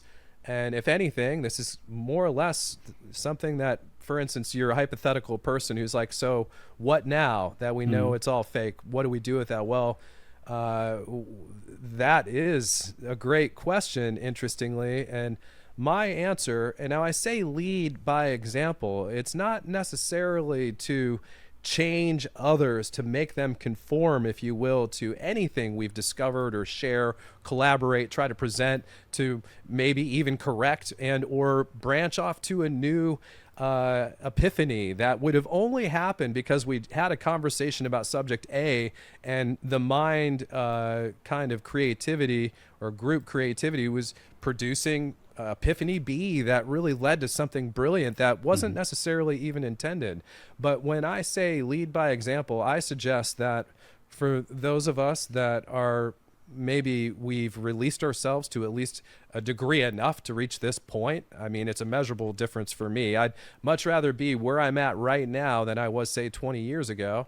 That when we have an opportunity to demonstrate maybe the results of this collective or this collaboration, this mistake making and learning and creativity leading to something more beneficial or enjoyable, then I feel that others who see that joy or others who want that joy in their lives can see it's a reality. And I'll even be more specific because I've often thought about this, that I really wish what we have today was available when I knew nothing 30 or so years ago. I was looking for this kind of group, if you will, or this kind of ability to convey, communicate, and potentially create and take action, do real things in the real world. Well, that wish has come true, not for me per se, but because of the decades, if you will, that's taken to reach any point of understanding that I celebrate for myself at this point. And of course, I'm always willing to acknowledge mistakes and grow from that, that it is that thing that I wish for others, hopefully. And whether or not that becomes a part of it, because I only can really focus on those that are consciously aware of what they're doing, and that we make our decisions wherever there's a we involved. That's really by design and not being motivated by anything outside. That this in itself, the kind of fruition or the fulfillment of what can happen, the joy that I know I can communicate right now, that joy can be shared. And maybe people who are depressed or don't quite see some of these elements that you convey or I'm attempting to convey, there can be a beacon to say, hey, there is something real there. I'm curious. I want to know more. But regardless of those that maybe haven't reached this point of self-actualization that I'm trying to describe for myself, I have a lot more growing to do. I'll probably be more self-actualized probably the last breath I have, but it is the fundamental foundation for everything that I find to be great. So tying back to what you were saying earlier, sure, maybe the first step is to explore and to know who we are and where we are physically and emotionally, unhinged from the chains that bound us before. And now we're free to really go to this place and begin that gnosis, if you will. Yes, the rest will come. It's something that I apply also to my life, which is, sometimes you have to make a decision, and you don't have a plan B, right?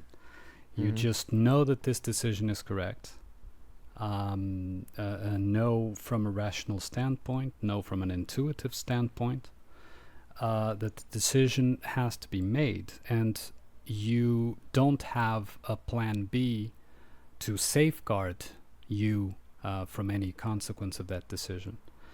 But once you make a decision, the rest will fall into place. And this is something that I've seen several times in my life. Same here. And so we don't need to know. And that's actually, I would say, the true meaning of faith. It's not faith in a religious sense, but faith that you are performing you, right? You are performing you and not something else that you identify as yourself. As a sort of a joke, tying back to what you were saying about the internet. So these tools that allow us to connect and so on. It's funny, and I mean this as a joke, that Al Gore became known as a character because of the penguins, right? So his weather, climate speeches and all that were focused on the penguins. He was also one of the, apparently, in the records of history, of course, we're talking narrative, he was also one of the characters involved in the expansion of the internet, correct? Right. And he invented it, as it turns out. Right. And so, actually, he created the penguins on the internet. His worst enemy. That is great. Yeah, but just saying this as a sort of joke and a side note. Well, maybe it's also that even their own operations fall flat on their own volition. So, even their own karma, if such a thing exists, comes back to them in some funny, ironic way. But nonetheless, thank you, Al Gore. Yes. Yeah. Al Gore-ism, right? Which is now something that YouTube also uses. Just going back to what you were talking about, and that I was talking about as well. The sense of reality, and sometimes we have to walk without a safety net. In that sense, there are periods of time where we have to do that and make decisions, and test those decisions and so on. My view is that, as I was saying before, we live mostly in movie formats where we have characters that we identify with. We even forget that we're actors playing those characters. So we even forget that there's an actor behind that character. It's like saying that Neo is Neo. He's not Keanu Reeves. That kind of thing. So if you can call Keanu Reeves an actor, but that's another joke. The interesting thing is that I've even exposed this in one of the videos. My position is that that movie sort of way of living life is in contrast with what I think the reality is supposed to, and this "supposed" is with quotation marks, to be experienced, which would be as an improvised theater, right? So you understand, like a stage, and you have theater going on, but there's no script. So you improvise your character, right, along the way. You do need a character. You can't be the actor per se, otherwise you can't actually communicate with other people without using a persona. So persona is a function of the mind that is a healthy function of the mind, and that is supposed to be there, otherwise it wouldn't actually exist. Now what happens is that persona has to be connected with a healthy ego, has to be connected with your essential self, and so it is manifested regarding the context that is actually there, and not a make-believe context that is created around you to then generate the character. And so I think that this is the process that we are undergoing, and I think that it's part of the objective that we are, setting, which is to, if we can remove the connection people have with the scripts, they can release themselves from the shackles of their characters, the characters that they're playing. They can remember that they are actors after all, and then they can create their own healthy characters, in the sense that is in line with the context that is actually there, and not a make-believe context that was given to them. So yeah. Indeed, yeah. Well, and I resonate with that as well. I certainly lived it. I certainly lived through the characters of these movies as I was growing up.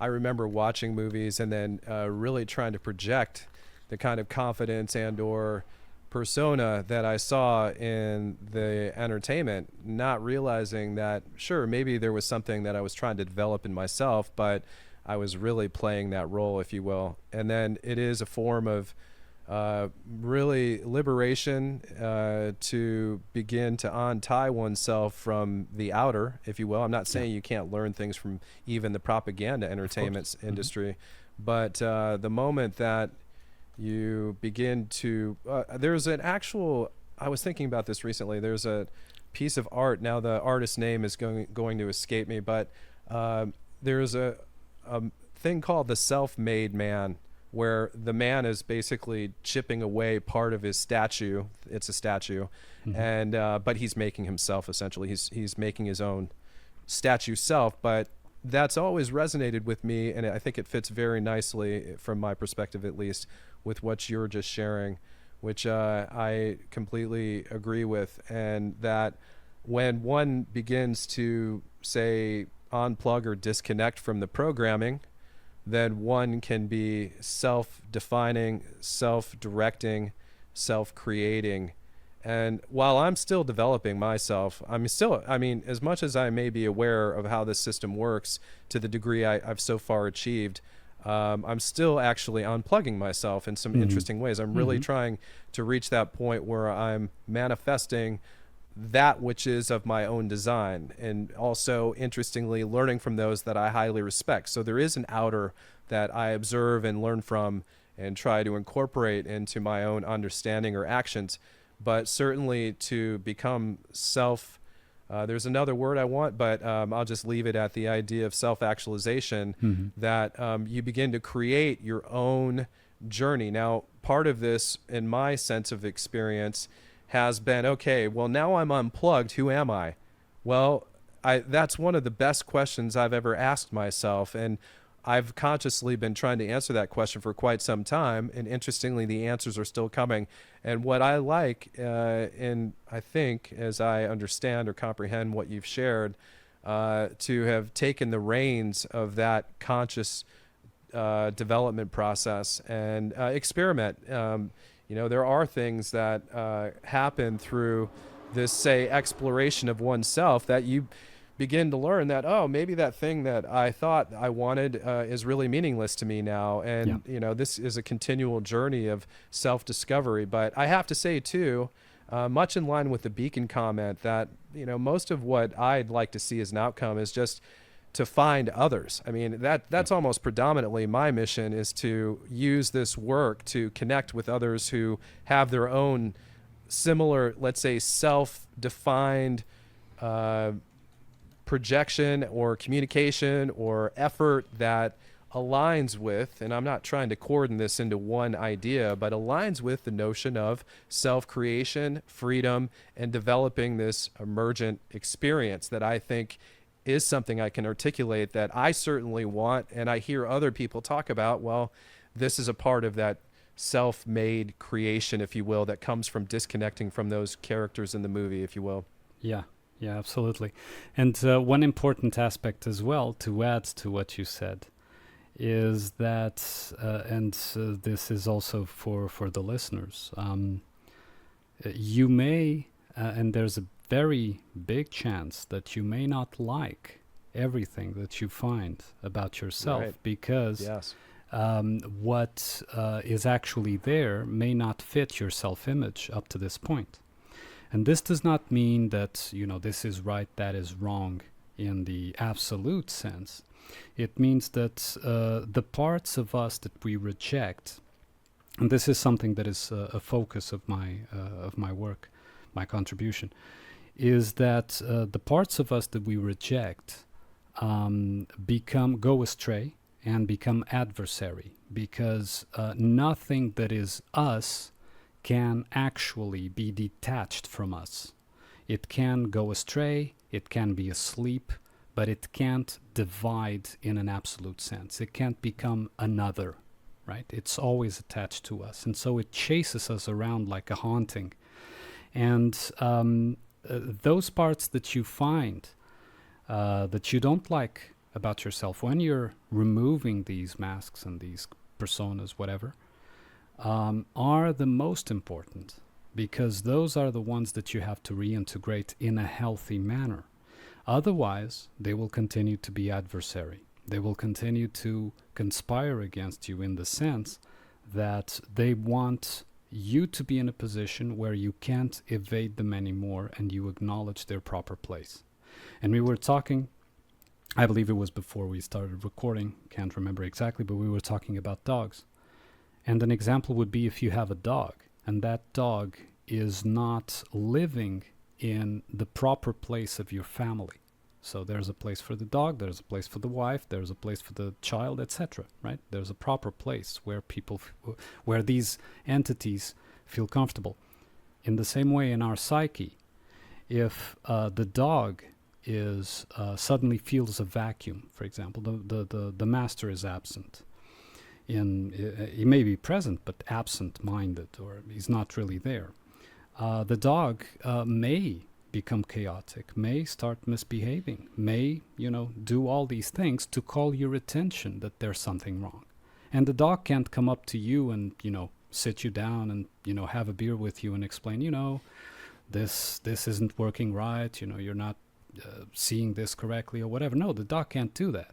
So what it can do is create situations where you have to focus your attention on the dog until you finally say, oh, what you were trying to convey was this, right?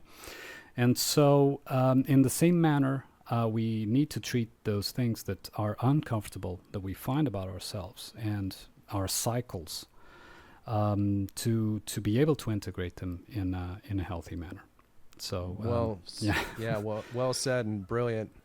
Yeah. And I'll throw this out here as well, that certainly that's been a very prominent part of my own journey of even very recent experience, ongoing, let's say. So I know it very intimately and very well conveyed. Thank you.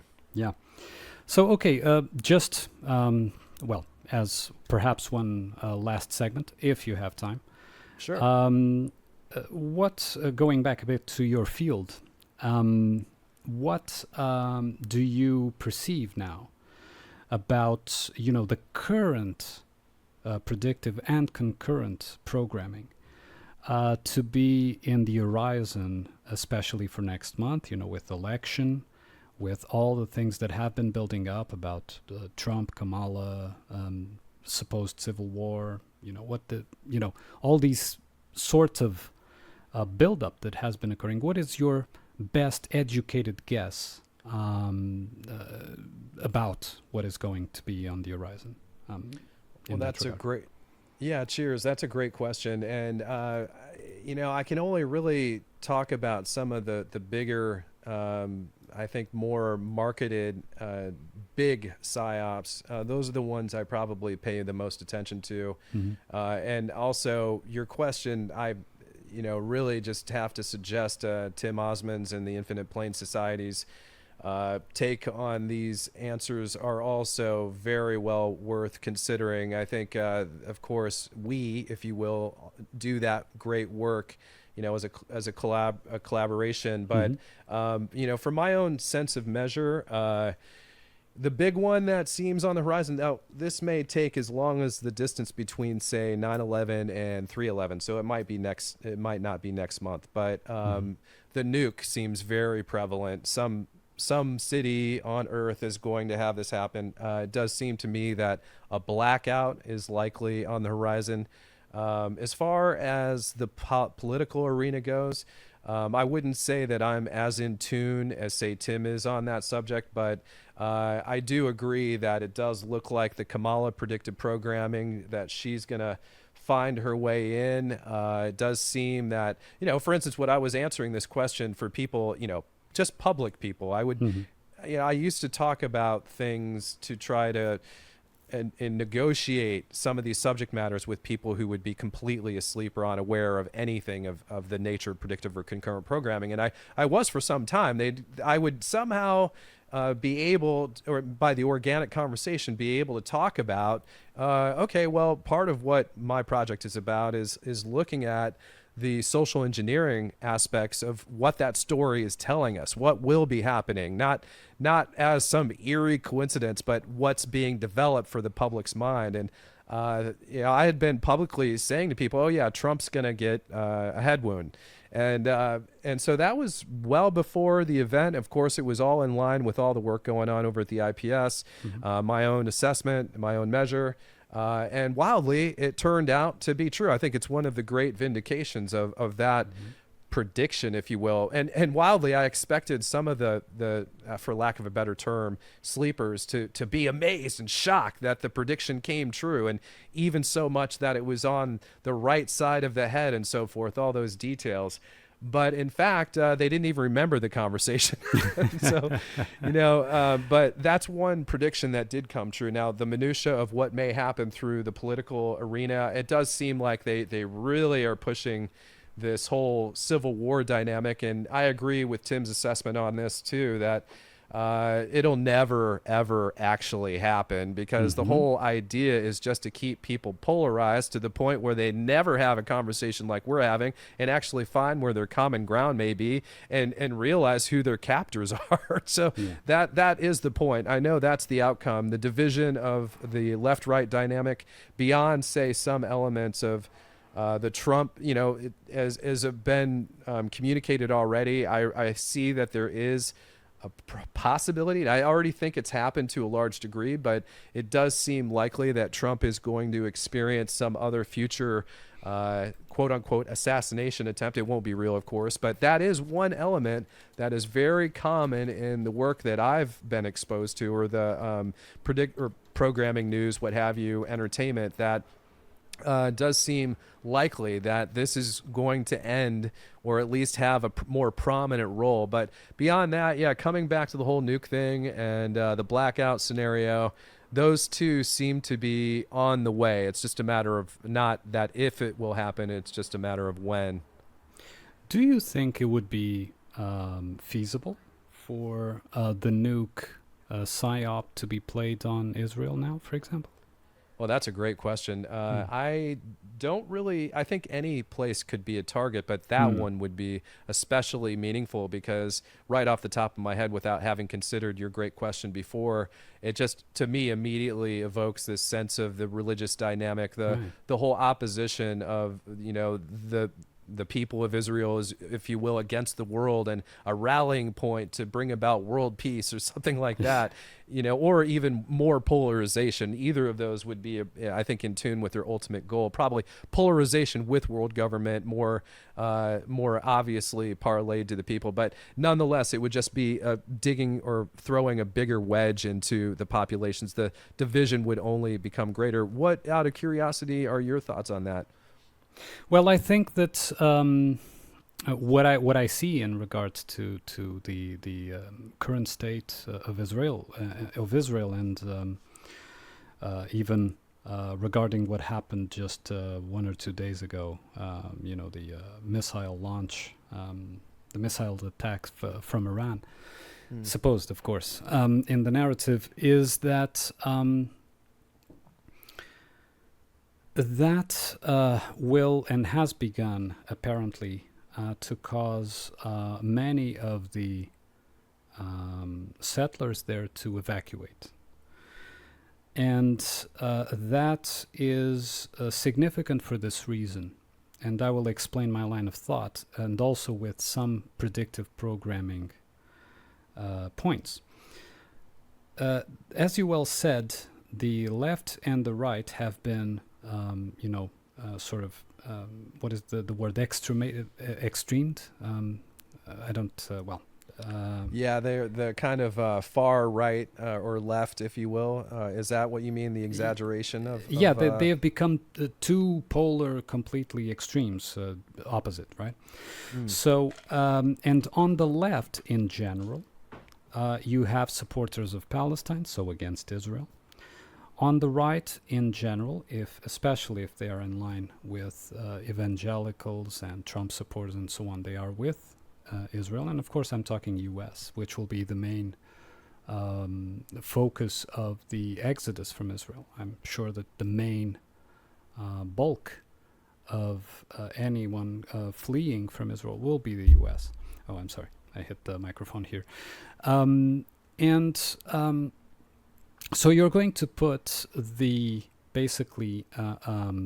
people that are at the center of this argument. Of course, it's a fictitious argument, it's a narrative, but they believe in it, right? Are going to come in and be put in the middle of this argument. This will make the extreme opposites go even further, right, into opposition. But there's one thing I remember, which is Reagan's speech about an alien invasion. Do you remember that? I do. Yeah, you bet. Our differences will be forgotten if we were faced with an alien invasion. Something of down the outside threat, right? Yeah, unifying everybody. Correct. So, using that as a predictive programming is that when you introduce this element that comes from the outside, that is linked intrinsically to U.S.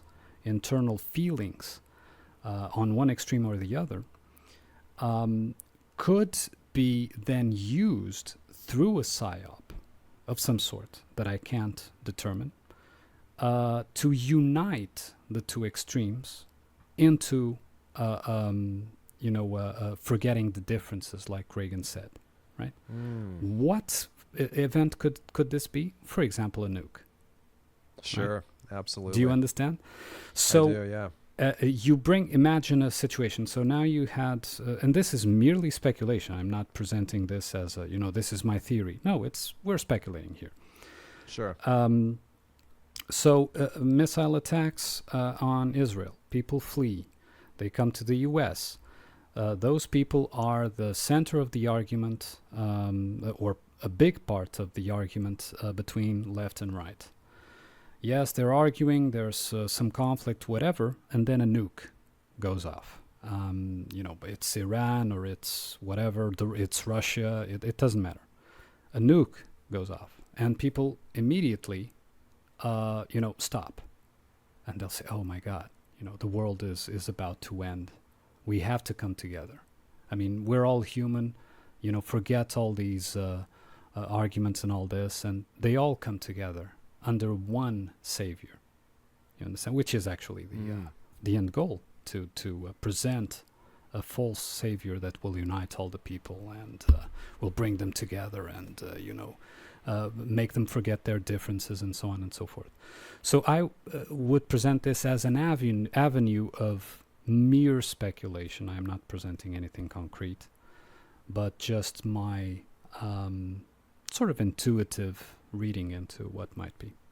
I love it, yeah. And just to kind of color a bit of my commentary and marriage with what you've just suggested, that was part of my inspiration for suggesting, say, world government. Now, I'm not saying that's the outcome, but again, total speculation, because I'm not aware of the future per se, but just in this model of potential, that's what you've just described is that defining characteristic that I was thinking about when I mentioned that world government thing, that it would be a potential, and I'll just say this, that the people I know who are very vested in the whole Christian Jewish experience, they're basically the same as I've discovered. They, at least in modern politics, they seem to support and love each other, even though there's a dynamic where one was clearly in opposition, if not born of it, based on whatever history we know of, the birth of Christianity and so forth, take it for what it is. But the unifying factor does seem like a potential. And it's interesting because, division of the masses, divide and conquer, is, of course, their perennial tool. This is what keeps people from engaging on at least an intellectual level beyond their frameworks that they deal with, whether it be religion or politics or whatever, that if they're unhinged, then they could probably create or find their moments of commonality and actually really build away from anything they perceived as actual threats or problems. But going back to your thought, it's a fun thought game, I'll put it this way, to try to see how that could elaborate. And these thought games, I think, can bear fruit. And it would be, I think, I'm only trying to guess here, but part of it is that it seems that the controllers thrive or need to have people divided. But they also, as much as these national boundaries to me are arbitrary, I mean, there are cultural differences and reasons why people, I keep hearing that one country like the U.S. is much freer than others, and maybe that's true. I haven't been a world traveler per se, just a few places here and there around the world, but bringing it back to what you're saying and hearing more of any of what you may want to build on there, that these national boundaries may themselves be arbitrary, more or less cages for giant open air human farms or whatever, and in a way to manage that farm better. I'm seeing a consistent type of ideology being communicated through the media that I experienced on rare occasions when I actually listened to news or people talking about the current cultural state. It's that now I'm hearing in this media format let's say translated from the media thought process, which is certainly from the media. It's not from the innate. It's like, oh, we're all friends now. There's the unification of nations. We don't have boundaries anymore. They're already talking like that. So your suggestion seems to fit with that very nicely. Yeah, I think that's the end goal. And one way to actually make it more solid than doing it gradually, than selling it gradually, is to actually make the oppositions as extreme as they can go, and then shock them both with something. And I think there's no bigger shock, if they believe in it, than a nuke, right? The nuke is the Godzilla, like IPS says. It's like the biggest monster, that threatens humanity for so long in the narrative. So it could be used in that respect to then, after you're as far apart as you could possibly be, then we present the shock and you basically come together, because now everything was purged. All those divisions were purged all of a sudden through that shock. You understand? It's sort of like a therapeutic, which isn't actual therapy, but you understand, in a metaphorical, a narrative sense, it's sort of like a therapy of you bring out all those emotions to then clear them out in one shock, right? Like shock therapy. And Indeed.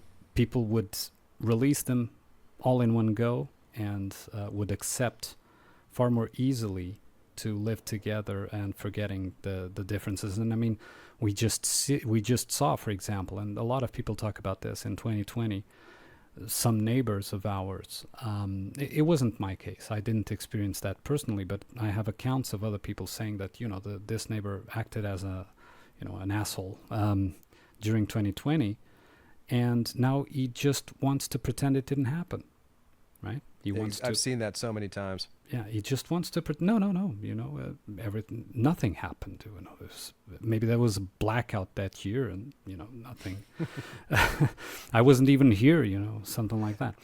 And so it would be a sort of similar vehicle here, where everything was brought to the fore, then cleared out through a shock, and people even pretend that it never existed. No, I was never against this or that. I was never fighting that war of that mind war or whatever it's called, and they can then relate. Yeah, for sure. And it's the great Hegelian dialectic in play. It does seem that this is the kind of, well, I would say end goal, but it's ever ongoing. Mm-hmm. But indeed, these factors, it seems like this is part of their development, and they talk about it. I think that not that this is completely relevant to this, super Hegelian dialectic of leading people, really, of course, having them desire that which their controllers have manifested for them. This is just their ongoing strategy they implement all the time. But the big psyops are the ones that have the greatest potential to move that ball very quickly down the field, if you will, using the football analogy. And so I just coming back a little bit here to that reaction of your friend that, they seemingly all of their hateful comments and terrible. I had that same experience, actually. I went to a gathering of people who really lambasted me. And these are people that I knew very, very well in real life. And I expected to feel the same when I went to this gathering, and they were just like they were before, like all Nothing the hateful happened. things. Exactly.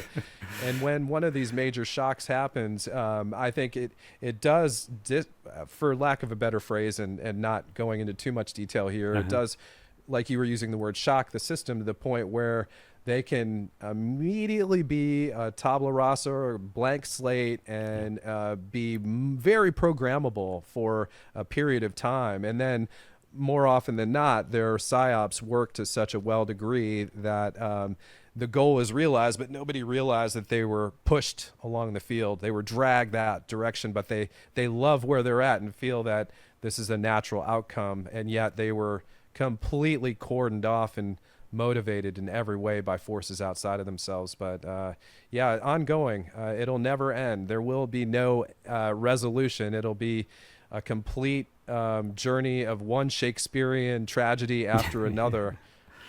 Oh yeah, absolutely. Yeah. I couldn't agree more. The like the Joker 2 tagline says, "The world is a stage," which comes from Shakespeare, like you well presented, and it will continue to be a stage until the rejected is integrated. And I think that is actually the only victory that is possible. There is no other victory, no political victory, no military victory, no social victory, no cultural victory, no victory at all, but the victory that happens inside of ourselves. And that well only said. victory is, returning to an integrated state where even those things that went astray from us can be put in their healthy place. Well said on both counts, all counts. That very, very well assessed. Very well. So it's a great note to finish off, wrap up our conversation here I hope you enjoyed it, Christopher. Oh, it's being been here. phenomenal. Thank you. Appreciate it. I hope you for the same for you too. It was, yes. And I will thank you for being here. I will post the link to your website and also, like I said, a link to the Auto Hoax Con on the notes, on the description, so that people are familiarized with the presentation that you made there, apart from what you already have in your accounts.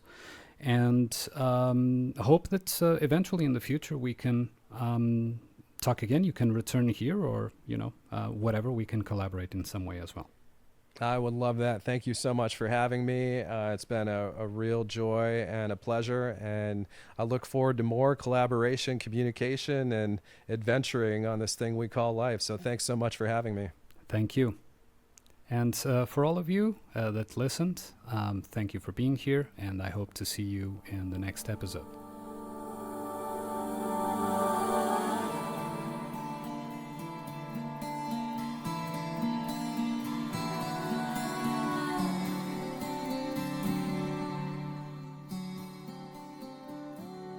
Pro.Gnosis, a podcast with Àrmunn Rìgh.